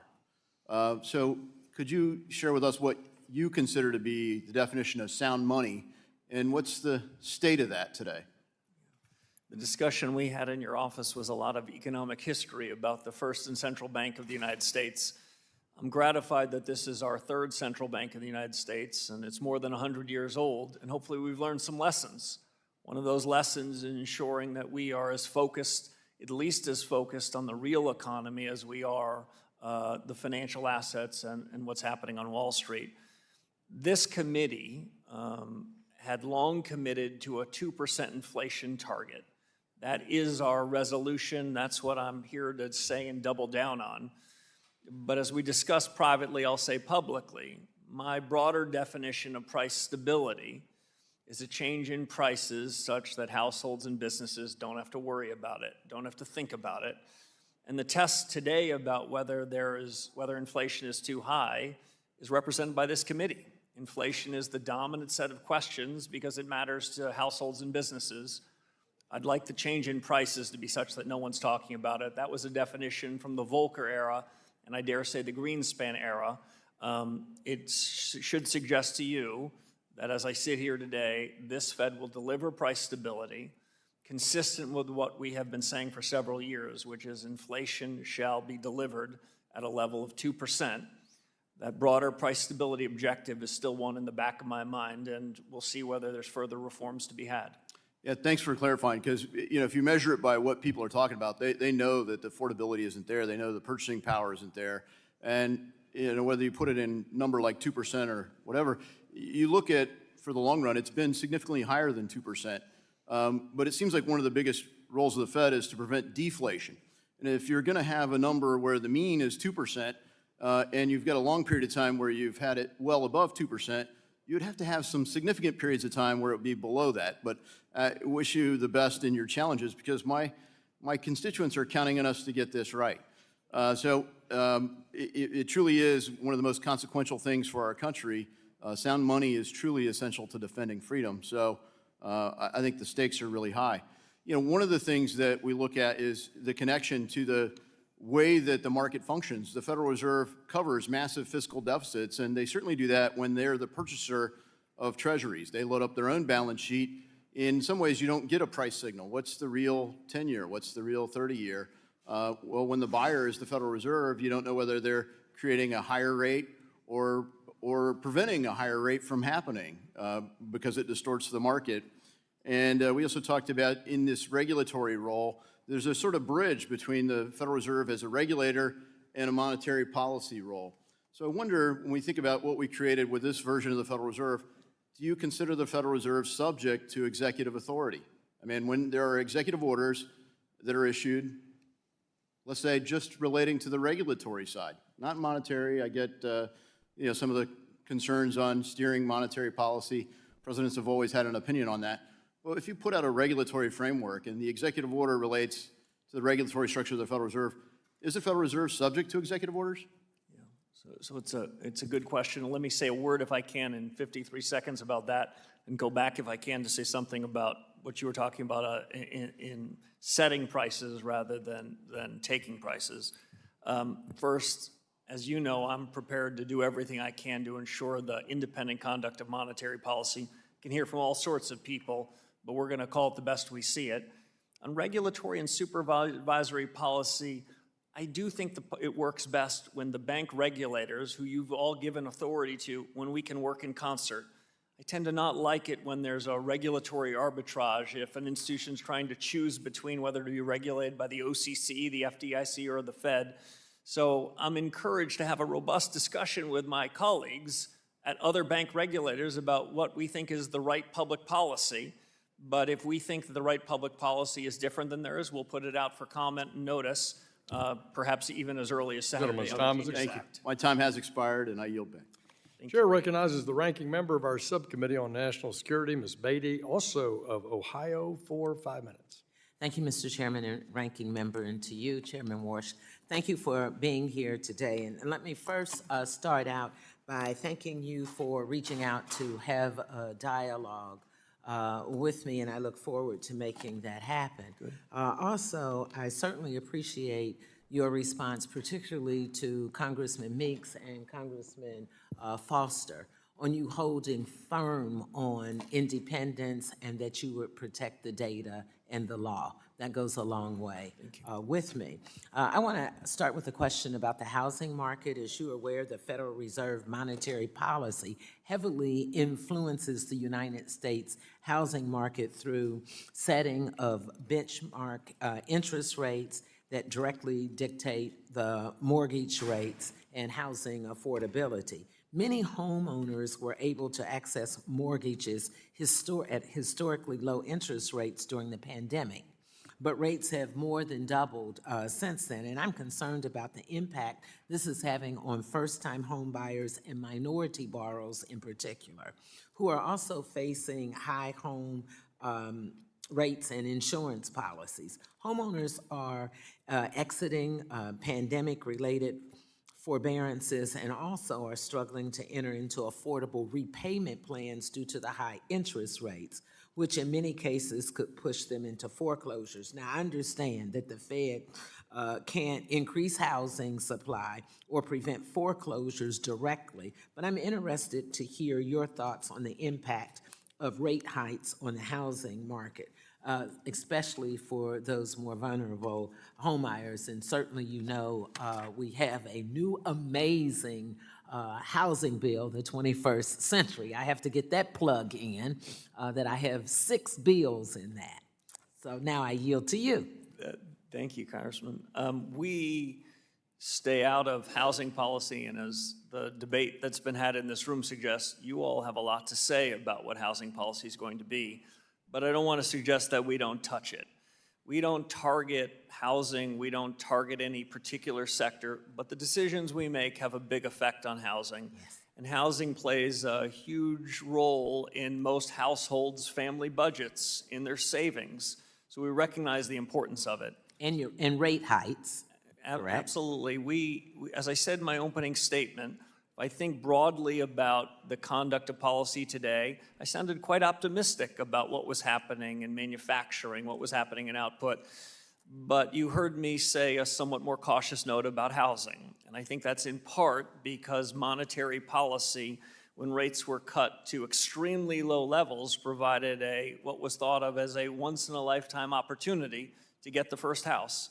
I would prefer a set of monetary policies that are not boom and bust, that don't just make one generation more fortunate about being able to afford their first home than the next. So what we can do in monetary policy is try to be clear about our objectives, deliver price stability in the context of full employment, and not react overtly to any data that happens one day or the next. But we have an effect on long-term rates, and we take it very seriously. And you'll be sensitive to the issues that I'm bringing up. Okay, in my last minute, let me now turn to fraud and scams, which is one of the top concerns that we've been dealing with lately in this committee and my subcommittee.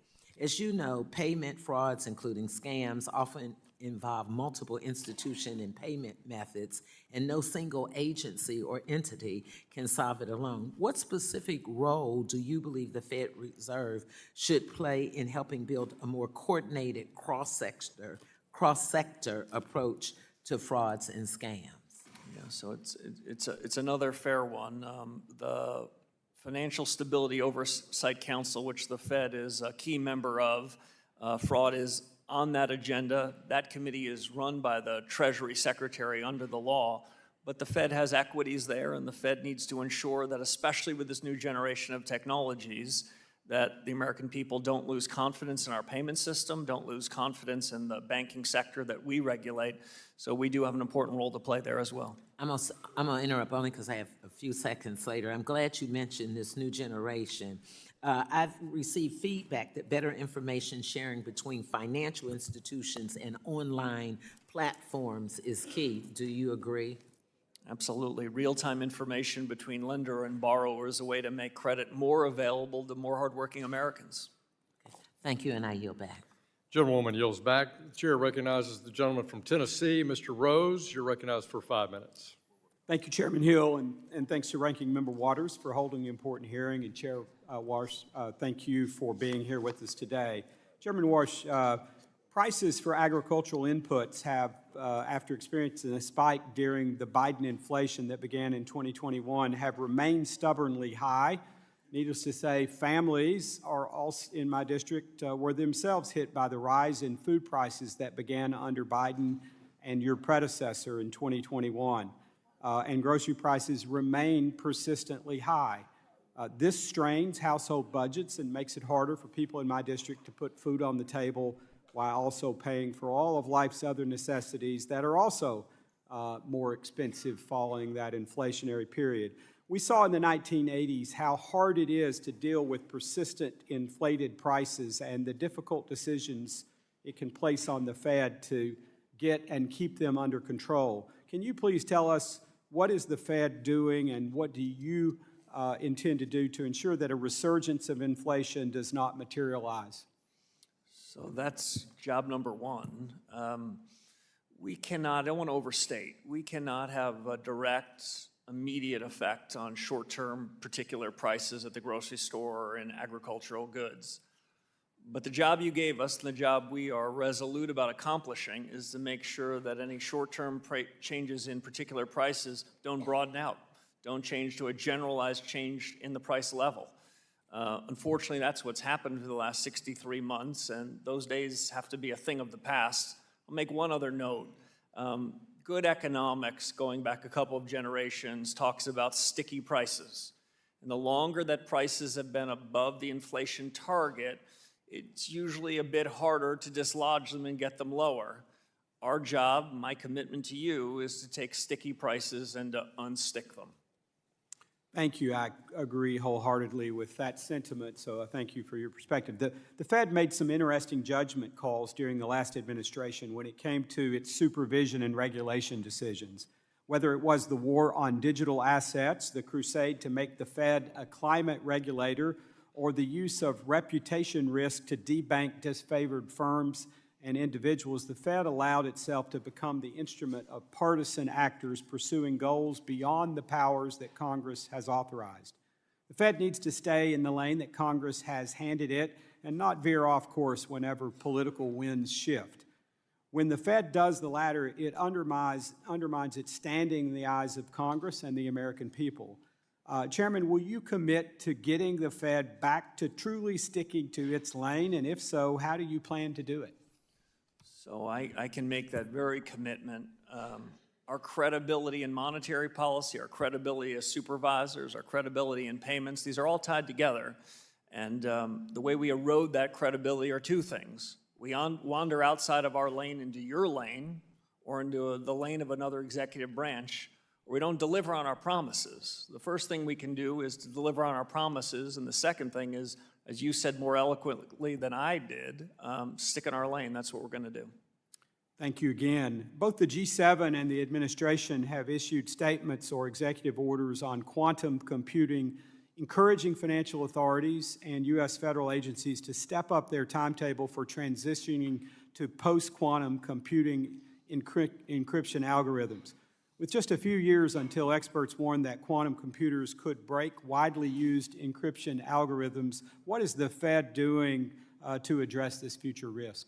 Yeah, so like you, Congressman, it's a future risk. Since I graduated from college more than 30 years ago, quantum computing was always just a few years away. I hope we're there this time because like in artificial intelligence, I think the United States can be a huge beneficiary. But like with AI, there's risks. I've spent quite a bit of time in my 7 short weeks at the Fed thinking about our vulnerabilities as an institution, thinking about if bad actors were to take technologies that are now at the frontier or might be with quantum in a few years and try to pressure us to do harm to the perception of the U.S. or the Federal Reserve and the system. So we need to harden our technologies. We've got an enormous amount of talent at the Fed. The world's moving faster, and we've got to move fast with it. Thank you, Chairman Warsh. I see my time is about to expire, so, Mr. Chairman, I yield back. Gentleman yields back. The chair recognizes the ranking member of our task force on monetary policy, Mr. Vargas, California. You're recognized for 5 minutes. Thank you very much, Mr. Chairman, and thank the ranking member. Of course, I want to thank you, of course. Marsh, I appreciate, like everybody else, the communications that we had, and I want to be honest with you that I wish you the best success. I really do. Thank you. I think if you're successful, I think the Fed will be successful, and if the Fed's successful, I think our economy will be successful. If our economy is successful, I think the American people benefit. So I'm one of the ones cheering for you, and I hope the best for you.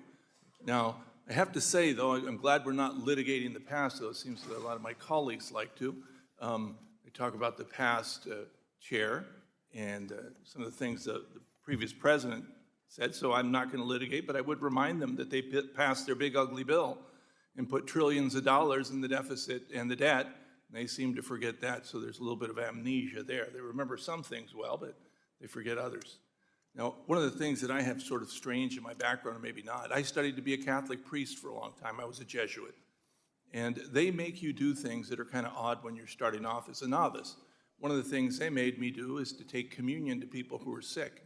And they would do it as an experiment to test you and to do different things. I remember one person very clearly. He was a man who had been blinded, I should say, at World War II. Wonderful guy. Lived in the Santa Barbara area. And I'd take communion to him. I had to sit there and listen to him for a long time. And he would just talk and talk and talk, and I'm thinking, I'm not getting anything out of this other, I'm sitting with this guy, which is fine. And I finally started listening to him, and I actually learned a whole lot from him. I understood why my novice master had sent me there. And one of the things he said was really interesting. I never forgot that. I said, yeah, people march around, and yeah, they look pretty in their uniforms, but you never know how a person's going to react until they're under fire. And the reason I say that is, you kind of mentioned it too. In ordinary times, it's easy. When the crisis hits, that's when the issue is. That's why if you litigate the past, yeah, okay, you can litigate the past, but the truth of the matter is things happened. The Great Depression, things happened. We were, so blindly stuck on the gold standard and other things. And of course, we talk about the great wealth that the dot-com did. Well, I remember the dot-com bust too. $5 trillion disappeared just like that. And then of course you talked about the 2008 crisis when you were here. And all of a sudden there you had, the government working together, the Fed chair and the Secretary of Treasury had to, because the economy was melting down. Now, I don't wish any of that upon you, but the truth is that you could get that. You could get an AI collapse. I mean, the Magnificent Seven have really driven the market tremendously, and sure, there's great opportunities, and I hope that it is successful. But if it's not, then I hope that you also have the flexibility to figure things out. I mean, my colleagues love to talk about, what Chairman Powell did. They seem to forget that there was a pandemic and that we could have been slipping into a depression if we hadn't done some of the things. They seem to forget, too, the person who closed down the government was actually, in the economy, was actually President Trump. It wasn't Biden. Everybody blames it on Biden. When I was here, it was Trump that did that. The decision he made, I don't know if it was good or bad, but it was the decision he made under fire. So anyway, I wish you the best, but I do want to ask you about that. What happens when, as they say, it all hits the fan? How will you react? Will you react in a way that's flexible, or will you react in a way that almost seems today almost robotic? Well, I appreciate it. I take that as a blessing that my 4 years will be ones of calm and peace and price stability and full employment. So I take it in the way it was granted. But we have to be prepared for shocks that are unanticipated. We have to be open-minded to things that might happen. So while it might not be common for the economics profession, we have to show a lot of imagination. My general view, again, coming out of the 2008 crisis, is we need to think ex ante about what we might do when the shocks happen. And it'd be okay to share with the world how we're buying insurance, how we're trying to protect the resiliency of the Fed systems, how we want the banking system, if times aren't always perfect, to be strong and resilient and competitive. And in the conduct of monetary policy, we want to anchor stable prices, deliver full employment, so if and when the shock happens, we have rebuilt the credibility that may have been somewhat lost in 63 months of higher prices. I am not relitigating the past. I know my colleagues have been trying to deliver on stable prices and full employment for a long time. My time is up. The only and thing I intend I'd to say, do so too. They were honorable people, and I think they did the best they could, and I hope you do too. I know you're an honorable person. Good luck, sir. Gentleman yields back. Chair recognizes the Chair of the House Small Business Committee, Mr. Williams of Texas, for 5 minutes. Thank you, Mr. Chairman, and also, Chairman, congratulations to you. America's banking system is the engine of prosperity in this country, and it plays a critical role in creating opportunities.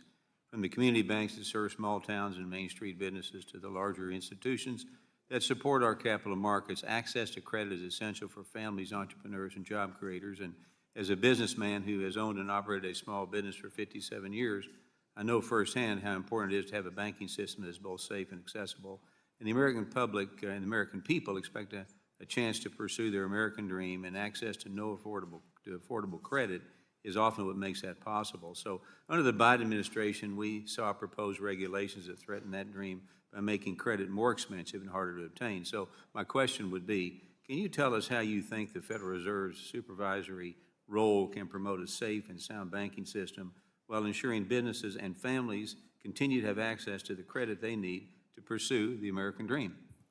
It's a great question, Congressman. I'd say two broad things.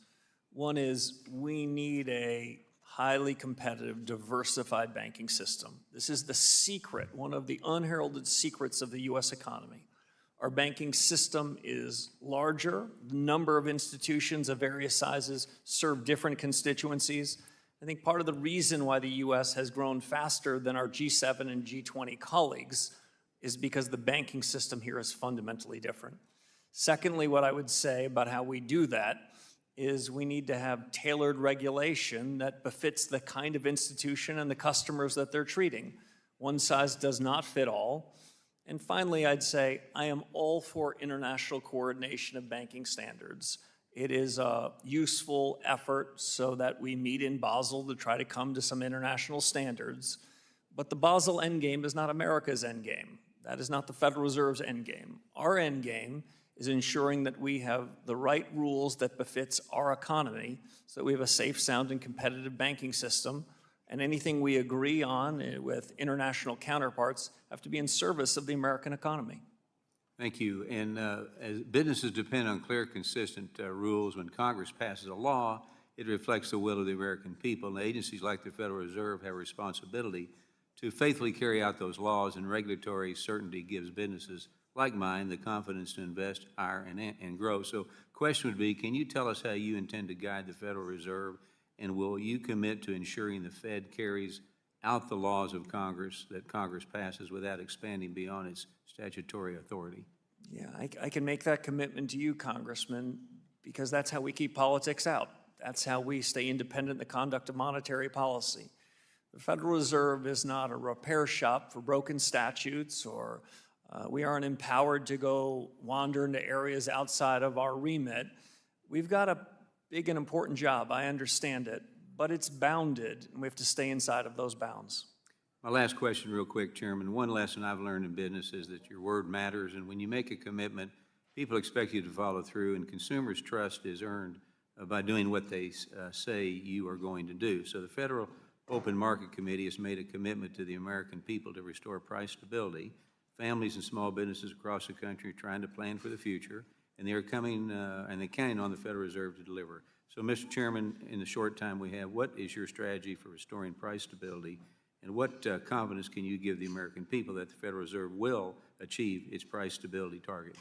So I can give you the commitment that we will deliver price stability. I was comforted at my very first meeting about a month ago. As I looked around the table of my 18 colleagues, there was no willingness to tolerate higher prices.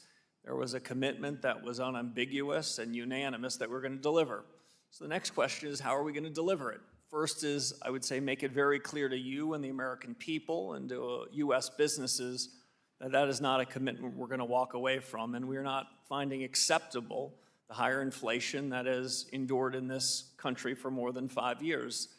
The second thing that we're going to do is take responsibility. As I mentioned to one of your colleagues before, in our view, in my view, there is no anguish in central banking. This isn't saying, oh, I wish this or that were to happen. You gave us a lot of the tools to deliver on that commitment. We intend to do it. And the third and final thing I'll say is we have the tools to do it. We have a printing press, we have a balance sheet and interest rates. They have both provided significant accommodation and restrictiveness during different parts of the business cycle.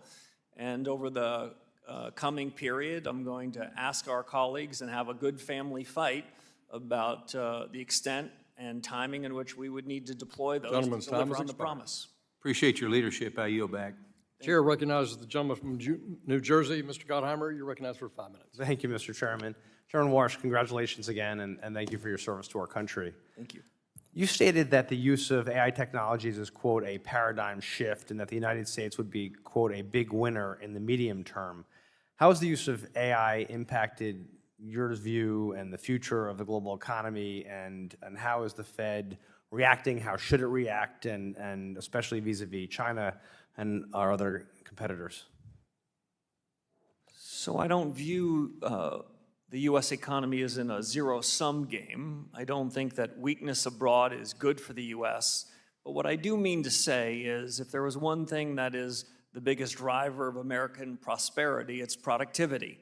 Productivity gives companies the ability to invest in new capital. Workers then have that new capital and can deliver and ultimately have higher real take-home wages.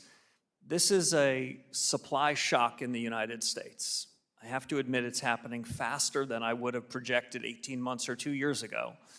We're seeing this technology and the capability of these models grow at exponential rates.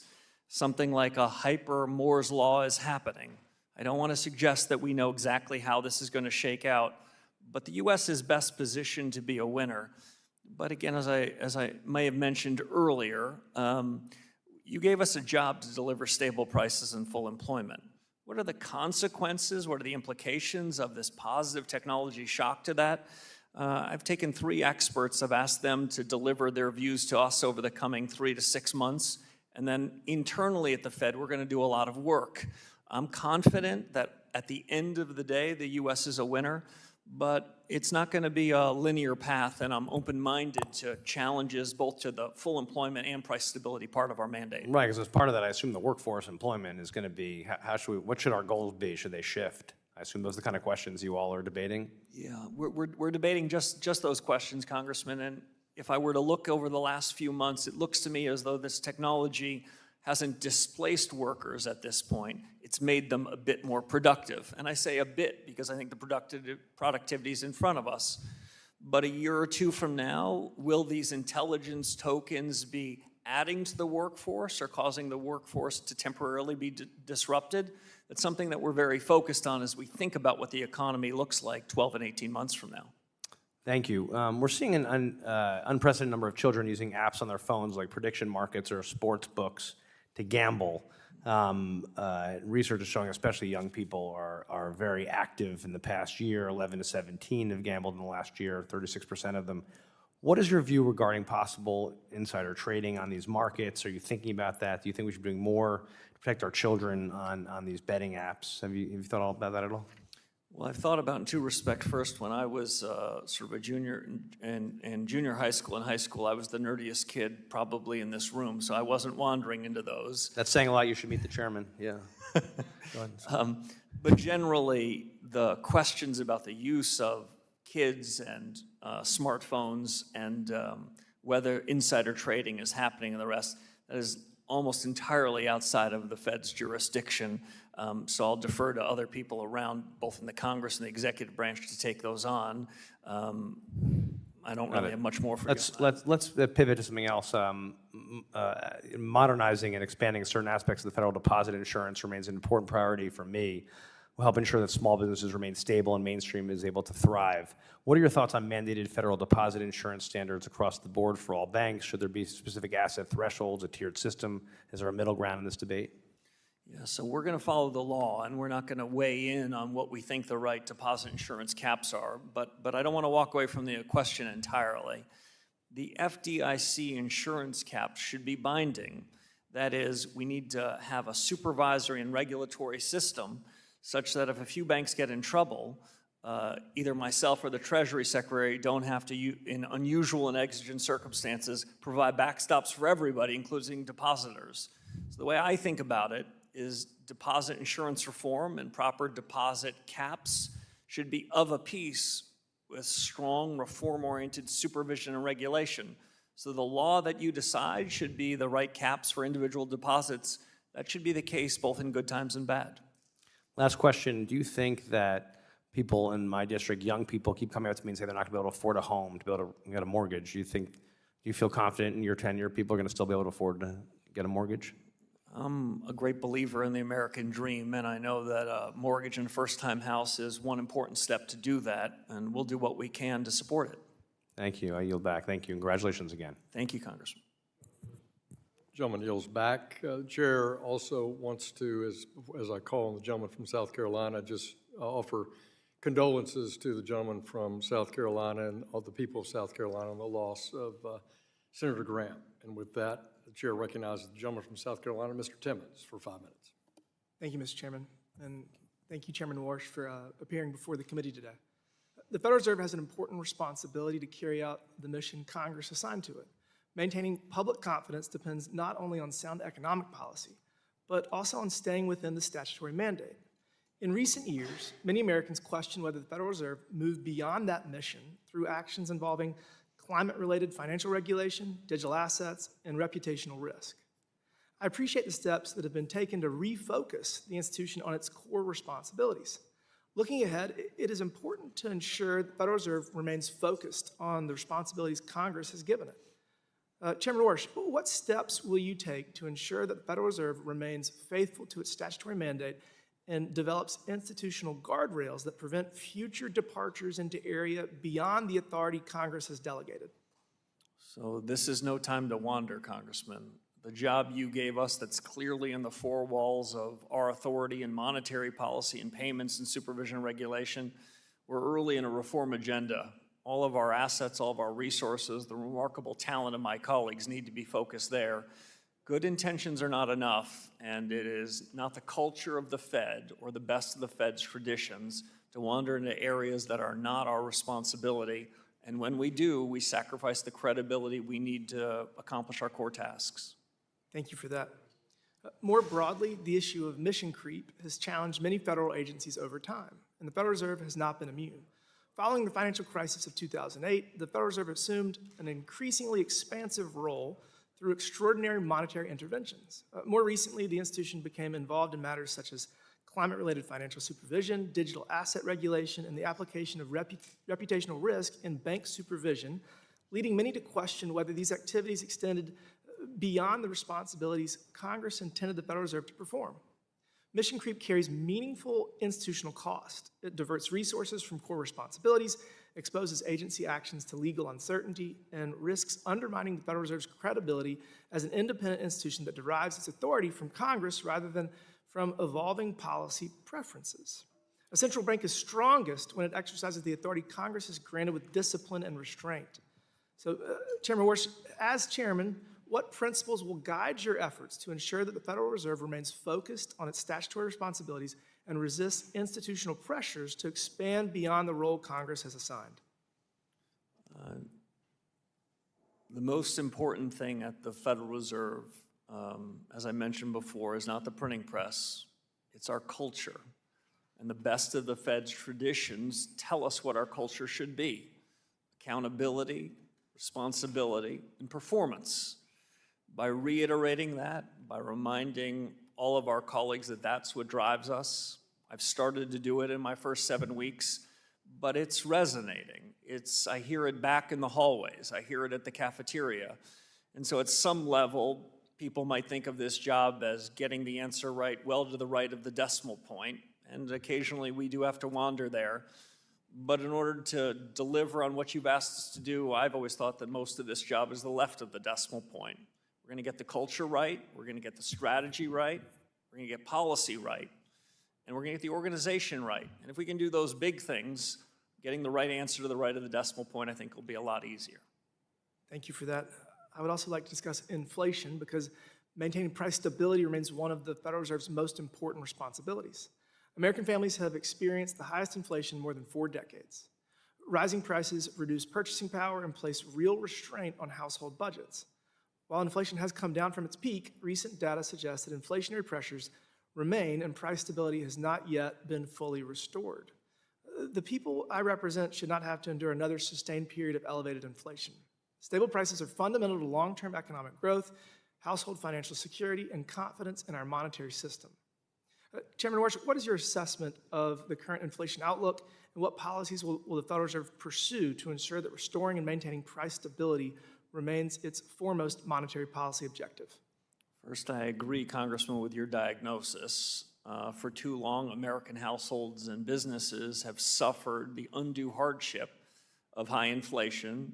This Fed will deliver price stability. This Fed has the power to do it. We have the tools to do it.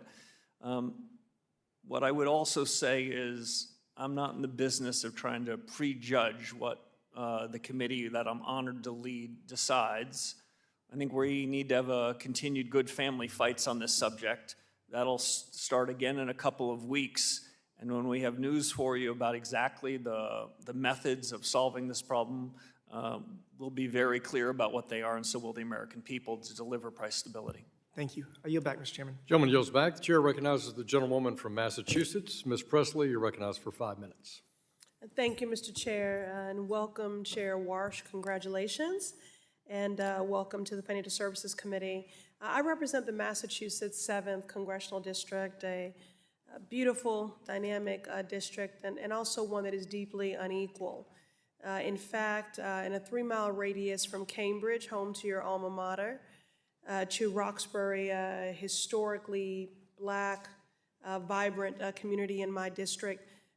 That being said, median household income drops by $50,000 and life expectancy by 30 years. That's just in a 3-mile radius. And those inequities are not naturally occurring. They are man-made. They're the result of intentional and deliberate government action. So I'm here, and what guides me is the work to be just as intentional and just as deliberate in making sure that government works for all people. And I know we're just getting to know one another, but I hope I can count on your partnership in that mission, Mr. Chair. I'm going to begin with what should be an easy yes or no question. Are you committed to fulfilling the maximum employment requirement of the Federal Reserve's statutory mandate? Congressman, absolutely. We have no disfavored part of the job that you gave us.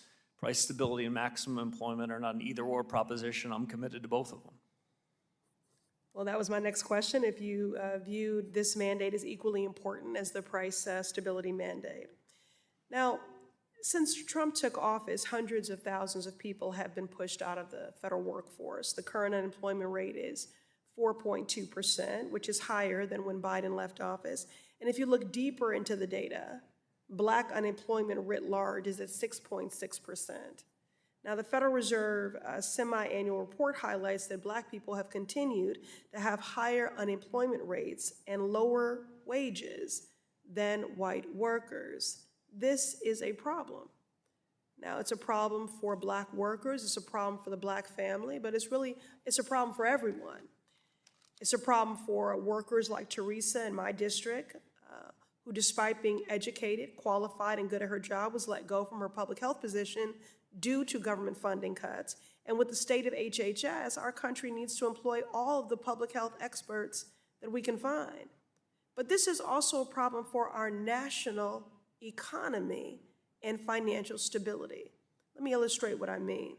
According to one report, Black Americans held a buying power of $1.6 trillion in 2020. Economists estimate that 2% of Black women being fired has led to $37 billion being lost in GDP spending. So when that money is lost, it impacts everyone. It impacts our small businesses that spur local economies and workforces. So the point is, when Black workers lose, everyone loses. So Chair Walsh, given the persistent racial disparities in unemployment, will you, as Federal Reserve Chair, commit to confronting these workforce challenges that Black workers are forced to endure? So, Congresswoman, I'll say this, which is the U.S. can ill afford to leave any individuals behind. The economic opportunity, which is essential for America's growth trajectory over the next 5 and 10 years, means that every American needs to have opportunities to be productive. And I believe, unlike some in the economics profession, that productivity-led economic growth is a good thing, not a bad thing. Thank you, Mr. And I'm Chairman. hopeful that the Fed, we can be supportive of opportunities for economic growth. And I want to say specifically for Black workers, because of a problem of this magnitude, there are 700,000 unemployed Black women right now.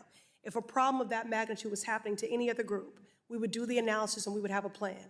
So I'm going to ask of you what I asked of your predecessor, for you to come and brief the Congressional Black Caucus on your strategies and efforts specifically to the Black worker, given the disparate impact. You know, you've talked about your refusal to tolerate a persistent high inflation. I need the same rigor, the same vigor, and the same commitment when it comes to the Black worker. It's already a part of your mandate. So American workers, no matter their Report coming out next week from my subcommittee, which we'll be looking forward to sharing with you. As you know, CPI came out this morning. Well, underestimate, we could say. For all intents and purposes, the underlying economy is strong. The small businesses, and community banks I speak to throughout, for the most part, throughout Pennsylvania, report steady demand and positive business outlooks. As well, the businesses are profitable. Tax revenues for the federal government are up 6.9% in 2026, which is phenomenal. In Pennsylvania, by the way, they're up 2.4% in this last fiscal year, and they're glowing about that, raving about that. So federal revenues are way up, which shows businesses, again, are profitable.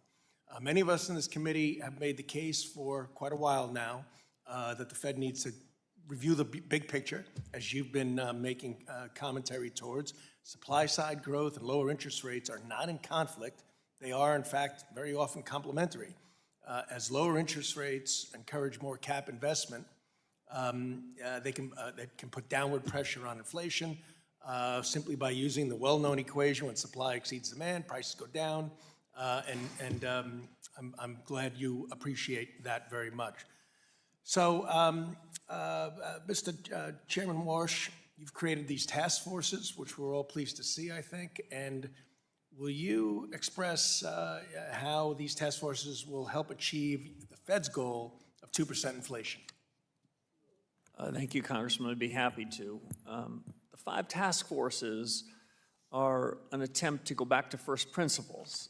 Ask whether the way the Fed has conducted business for more than a generation, the way we've gathered data, the way our models make forecasts about what's going to happen next, our understanding of changes in productivity and changes in the supply side.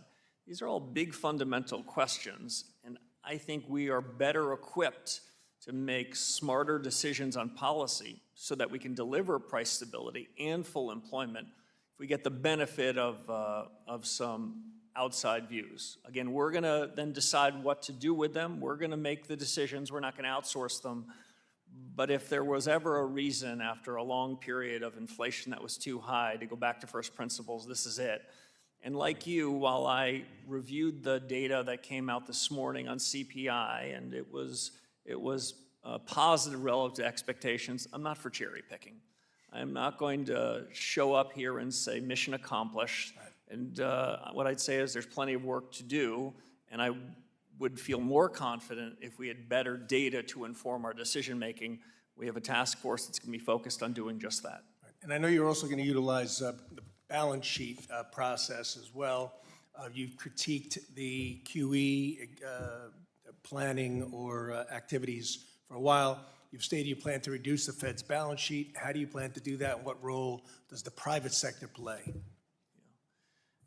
On the balance sheet, again, I don't want to prejudge the conclusions of the task force, and I can't speak for 18 of my other colleagues. But as a first approximation, I'll say now what I've been thinking for years. In normal times, the Federal Reserve should be a price taker, not a price maker. We should be observing what is the price for a 10-year treasury between a willing buyer and willing seller. We shouldn't have our thumb generally on the scale. Now, when it comes to a crisis, I don't want to suggest that we're going to be able to sit on the sidelines. I would hope we could, but I can't say that for sure. The Fed balance sheet, both its size and duration, are worthy of a very worthwhile review. I'm inclined to think that there are better regimes we can go to, but we're not going to do it without due consultation with the markets and with members of this committee. Great, and certainly the reserve requirements of banks and all may put this in the hands more so of the private sector, as I think you believe.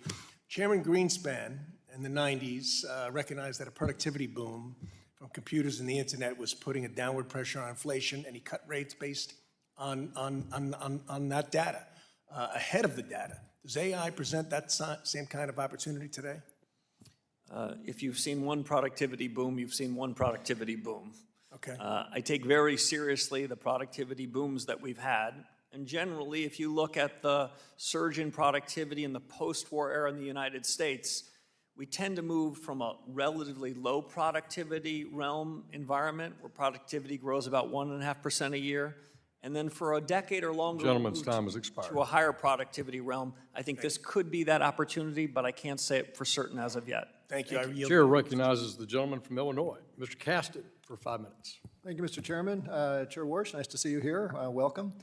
I want to start with just a purely academic question for you, just on economic theory, but with some context. You talked to Dr. Foster about your experience in the 2008 downturn. I was not here in 2008, but I remember in 2020 when former Chair Bernanke came in as someone who had some experience steering through a crisis.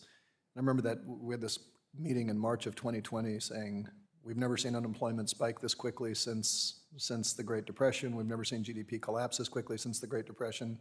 And here's someone who steered the economy through an $800 billion bailout, which at the time seemed like a big number.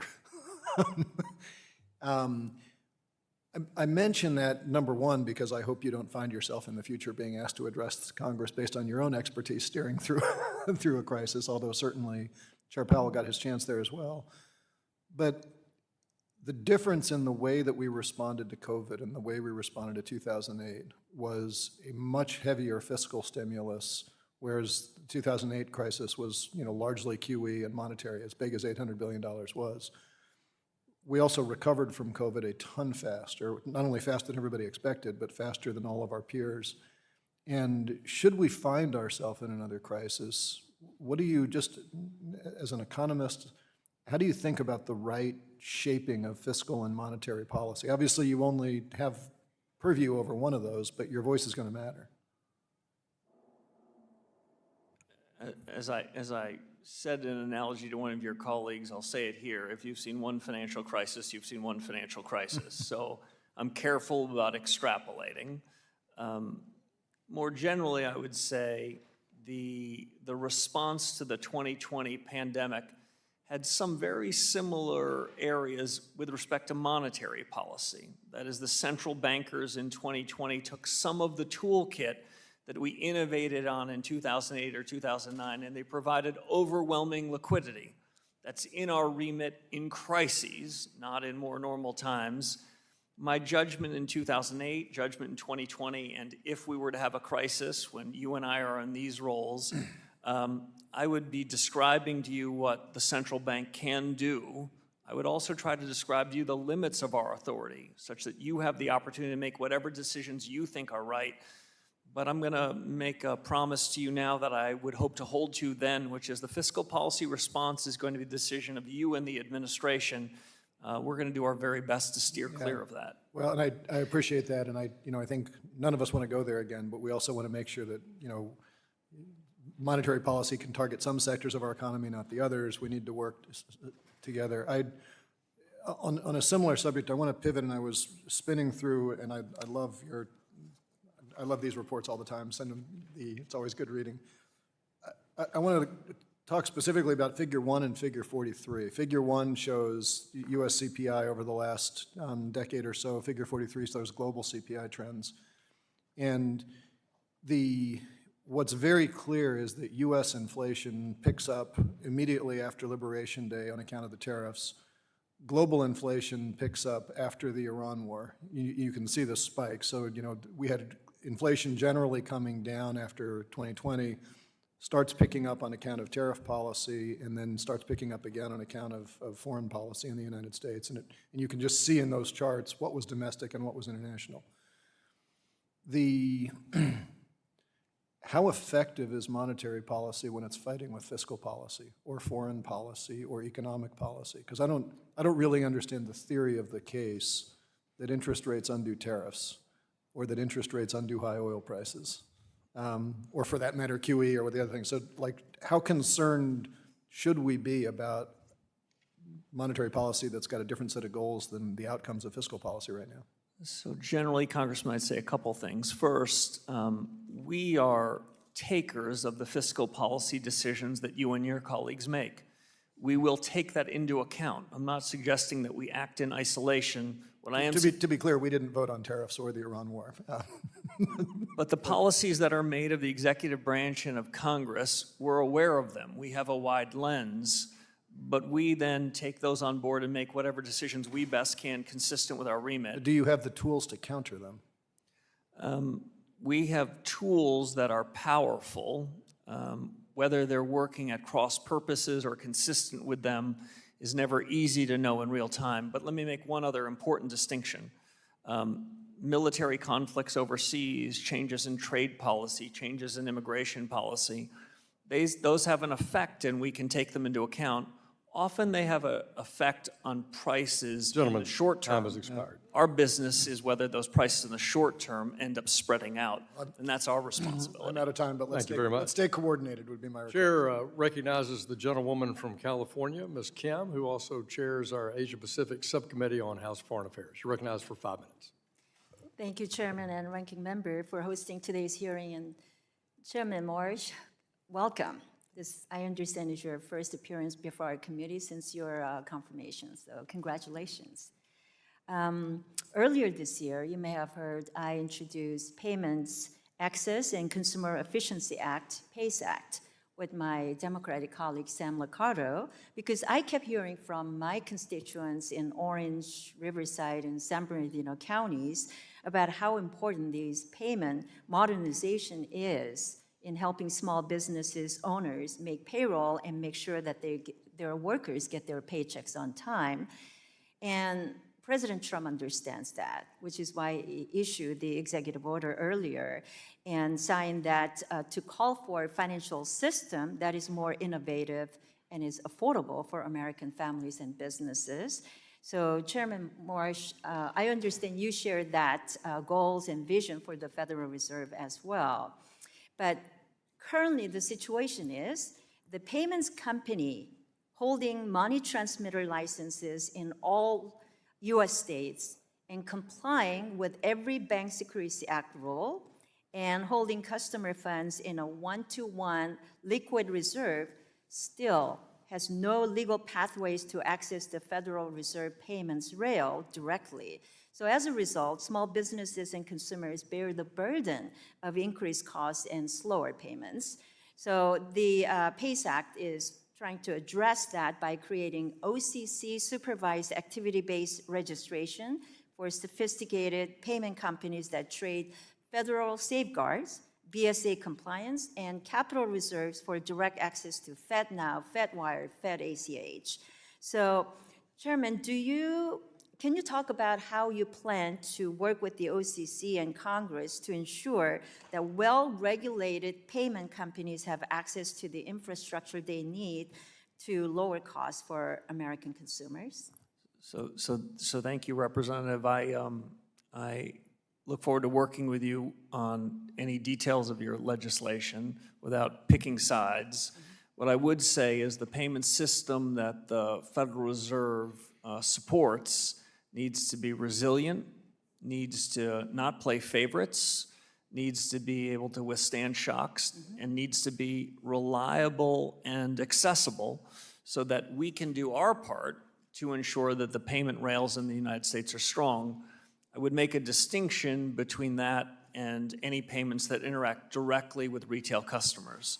This is a business that the central bank needs to and should stay out of. A competitive banking system, a competitive payment system provides huge benefits to the US, so I wouldn't want to infringe on the businesses and practices of the private sector.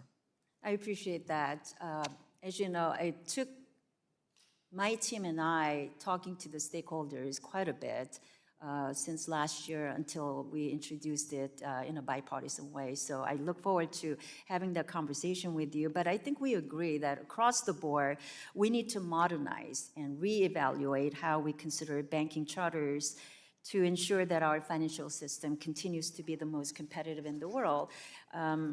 So to that end, I just want to let you know that PACE Act is, again, in response to President Trump's executive order. And when you know that the U.S. is the only G7 country that does not have a system that allow fintech or non-banks a direct access to traditional payment networks, I think it's really important that we work together. And I do want to work with you on this issue of a master account access and the PACE Act. So I hope we can take the time, and I hope that you and your team, now that you are in office, to review it, and we hope to get your technical assistance on the PACE Act from your team shortly. Thanks. Another major priority of mine has been expanding access to workforce housing. Last week, as you know, we, as part of the 21st Century Road to Housing Act, I was able to increase the cap for investments in community lending and affordable housing. So as we continue to build on that momentum of expansion of the low-income housing tax credit, one thing that has caught my eye is the 100% risk weight for these types of investments in the proposed Basel Endgame rulemaking. Historically, these types of investments are extremely low risk, with very few resulting in foreclosures. So, Chairman Warsh, can you offer any insight into how you are considering the risk weight for these investments? Mr. Chairman, I'd invite you to answer that question offline as the gentlewoman's time has expired. Chair recognizes the gentlewoman from Michigan. Ms. Tlaib, you're recognized for 5 minutes. Thank you, Chairman. Thank you, Chair, for being here. You know, public transparency and democratic accountability is important to American people, not just to my residents at home. So just bear with me here in regards to this. You know that you've said that the Fed should talk less to reduce the influence on financial markets. Is that correct? When the Fed speaks, it should matter. Yeah, but there's a difference between giving less guidance to traders, you know, but explaining less to the public is what I'm concerned about. You know, these hearings exist because Congress is paired with the dual mandate with, you know, we have a duty to report on progress towards various goals. So, you know, again, it matters what kind of communication you reduce. So, for instance, you know, transparency in regards to, like, one of the things that bothers me is, like, you as the Fed chair has to publish the calendar, your calendar, right? Correct? I believe subject to FOIA requests, we turn over, consistent with FOIA, the appropriate entries. But when you provide it, you don't actually put the topic of what those meetings were about. So I've only been in office 7 weeks, so I haven't even provided it yet, but we'll fully comply. We'll fully comply with the law when such requests are made. Yeah, I just think, you know, I think what the American people want, or anybody, is not just who are you meeting, but what the topic is, I think is important. So let's get back to what you provide to the public. So when the Fed communicates less, how does the public or the committee judge whether or not the evidence was, or the method was responsibly implemented? So I draw, Congresswoman, an important distinction. Yes. Our number one objective is getting policy right. And if we get policy right, we can deliver lower prices. Transparency and communication is usually quite essential to do that. So I'll draw a distinction between our internal deliberations, where we get to have a good family fight and talk about the hard issues, and then our decisions. I think our decisions are things that you should know everything about. You should understand our rationale. We should be responsible and accountable. And if we don't deliver what we say, you should hold us account. Yeah. So in that, I favor full transparency. Yeah. So it sounds like you will be open to absolutely being, regards to the method and the rationale and the thinking behind the decisions. Yes. Okay. So if, you know, again, this is something of a concern for me, because when people say that to me, I'm like, if the Fed speaks less than public, then the words that are spoken in private to banks and invited audiences and off-the-record settings, you know, that's why the calendar, it's like, don't just provide the calendar, provide what topic, because I think it's important. So what specific steps will you take so that a quieter Fed, because that's what you sound like you're towards, you want a quieter Fed, isn't a Fed heard only by the well-connected? So I don't think there should be any special dispensations to the well-connected.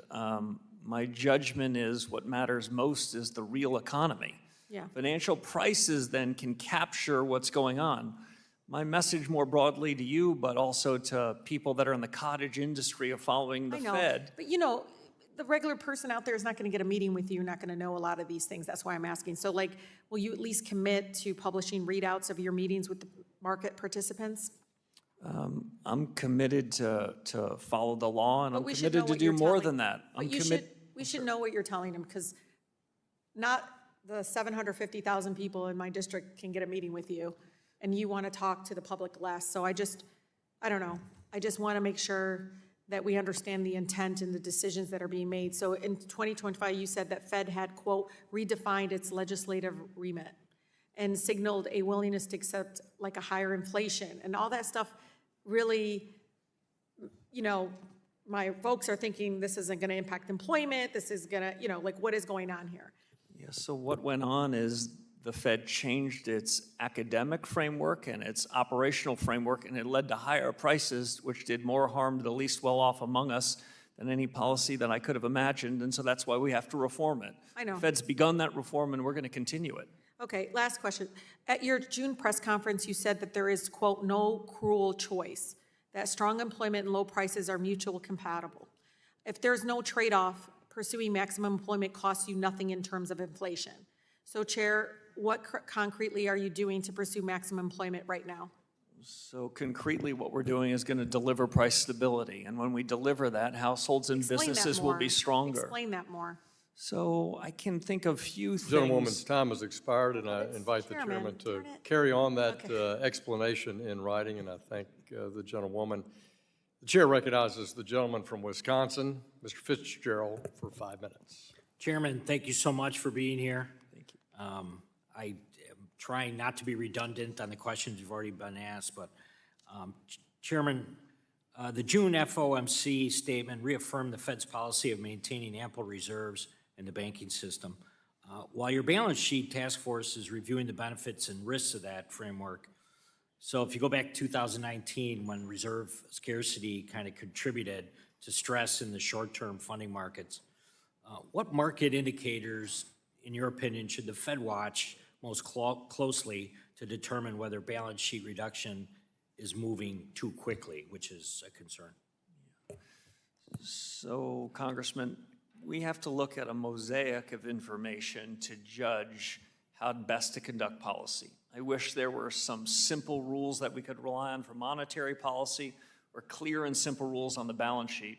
What we have to do right now is go back to first principles and ask ourselves whether this large balance sheet of a duration that is much higher than it was some years ago, whether that's consistent with good monetary policy. And then we're going to ask ourselves whether there's a better regime, and finally, how to get from the current regime to something else. We haven't prejudged any of those answers, but the goal isn't to be disruptive to markets. It's such that markets, the banking sector, and the real economy can understand the change and have time to adjust if we end up doing so. Thank you. Chairman, in the interest of time, I'm going to yield my time back. I thank the gentleman. Chair recognizes the gentleman from New York. Mr. Torres, you're recognized for 5 minutes. How are you, Chair? Thank you for your service. During your Senate confirmation hearing on April 21st, 2026, you said, quote, "The measures I prefer looking at are things that are called trim averages, where we take out all of the tail risk." Separately, on May 31st, 2026, the Wall Street Journal reported that you want the Federal Reserve to give greater weight to the Dallas Fed's trim mean PCE. And so I want to offer a critique and then have you respond. Trim mean PCE lagged behind core PCE in detecting the inflation shock that began in 2021. Core PCE crossed the Federal Reserve's 2% target in March 2021. Trim mean PCE did not cross that same threshold into July, a 4-month lag. By February 2022, core PCE had risen to 5.4%, while trim mean PCE stood at only 3.6%, a divergence of nearly 2 percentage points. And so here's my question. If trim mean PCE detected the inflation shock later, understated its severity, and diverged from core PCE by nearly 2 percentage points, why should the Fed place greater weight on it when setting monetary policy? And to put a finer point on it, your core criticism of the Fed is that it was behind the curve on inflation. That same criticism can be leveled against your preferred measure on inflation. So why the disconnect? So none of those are very good measures of underlying inflation. That Wall Street Journal story that you referenced is incorrect, that I have a preferred measure from one of the reserve banks. If I had a preferred measure, I wouldn't have called for a task force to go back to first principles, and the data task force will be looking importantly at inflation measures. My view is that we need new measures to understand the underlying changes in inflation. Am I interested in what's the mean or median price of a good in a big box retailer? You bet I am, and none of these measures capture that. I am super interested in finding new measures to do a better job to help us inform our decisions so that the inflation of the last 5 years don't continue. Now, you have repeatedly described inflation as a choice. A simple yes or no question. Do you mean a choice by the Federal Reserve? I mean a choice by the Federal Reserve and fiscal policymakers both, but I'm not trying to push the responsibility onto you. The Congress said that we're in the business of ensuring stable prices, and that's exactly what we're going to do. So combating inflation is part of the Fed's statutory mandate, and you view inflation as a choice by the Fed. Combating unemployment is also part of the Fed's mandate. Do you view unemployment as a choice by the Fed? We have no legislative orphans. We can't just take one part of the statute you give us and disown the others. I will just add a touch of complexity. We have more control over the price level ourselves than we do the unemployment rate. We have some say there, but so do all the policies that you and your colleagues put into place. But obviously, if you aggressively raise interest rates, that could have the effect of causing unemployment. So in that sense, it's a choice, right? There are multiple forces that shape both inflation and unemployment, and the Fed is one among many. Quantitative easing. Do you believe quantitative easing is inherently inflationary? Yes or no, and then? That question I can answer simply. I don't think it's inherently inflationary, especially if we adopt quantitative easing in the depths of a crisis. It can often provide liquidity to markets that need it. So from 2008 to 2014, the Federal Reserve's balance sheet grew by a factor of 5, from about $900 billion to about $4.5 trillion. Yet over the same period, average headline PCE inflation was 1.7%, and average core PCE inflation was 1.5% below the Fed's 2% target. So the notion that quantitative easing may be inflationary fails to explain the non-inflationary effects of a multi-trillion-dollar five-fold expansion of the Fed's balance sheet from 2008 to 2014. Can you explain that for me? Yes, Congressman, I can. If the balance sheet expansion were our only policy tool, then that is a reasonable conclusion to draw. But we have several policy tools. The dominant one is interest rates. And so we need to think about both of them in the context And of I want to monetary quickly policy. interject. Do you believe changes in the size of the Fed's balance sheet have an effect on inflation comparable to changes in interest rates? You had me except for comparable. They can substitute for each other. They can complement each other. But you don't see them as comparable? But the balance sheet, they have different effects. The balance sheet tends to work more through asset prices first. And I want to interest interject. rates more through the real economy. Do you acknowledge that IORB weakens the relationship between the size of the Federal Reserve's balance sheet and inflation? Not precisely. I don't know if I can answer that fully in one You second. need to answer it in writing, and it'll be very interesting because these were good questions. I look forward to doing that. Thank you. With the time we have remaining that the chairman's allocated us, the chair now recognizes the chairman of our subcommittee on housing and insurance, Mr. Flood, and I recognize you for 4 minutes. Thank you, Mr. Chairman, and thank you for being here, Chairman Warsh. I'd like to begin by emphasizing the importance of the independence of the Federal Reserve. Markets rely on our financial system and the dollar as a stable, safe place to put their money. The stability of our financial system is at the center of our global influence. Our adversaries know that if they can break our debt markets, if they can break the dollar, they can remove one of the largest and most significant advantages we have as Americans. The strength of our system and, in turn, our ability to stand up against foreign adversaries that seek to destabilize it is partially a function of having an independent Federal Reserve.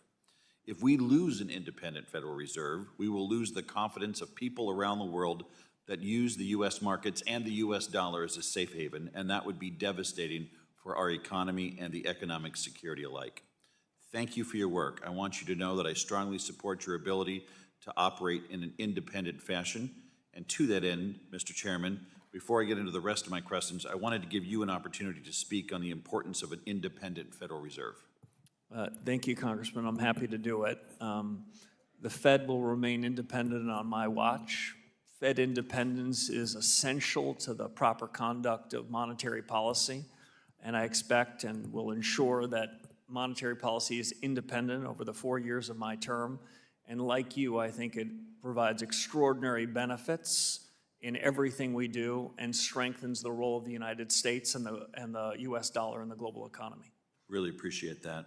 Next, let's talk about the Federal Reserve's balance sheet, kind of following on what Mr. Torres was talking about.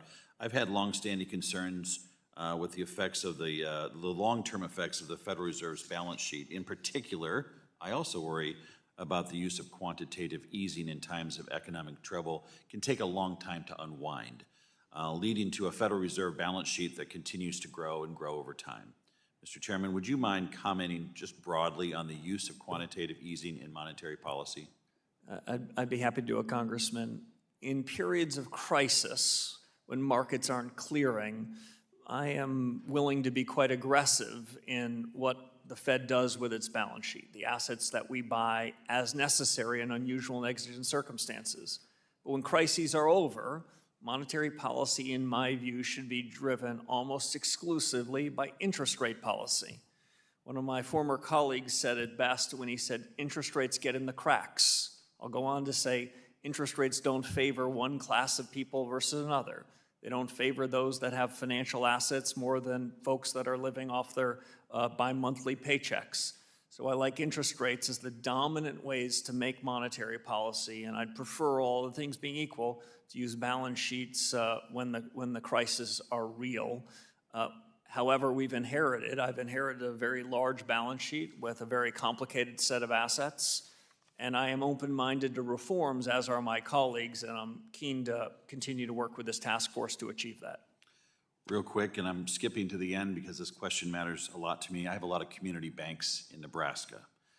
It's the lifeblood of agriculture. Can you talk about how you see supervision working and respecting the role of a community bank, especially in rural America?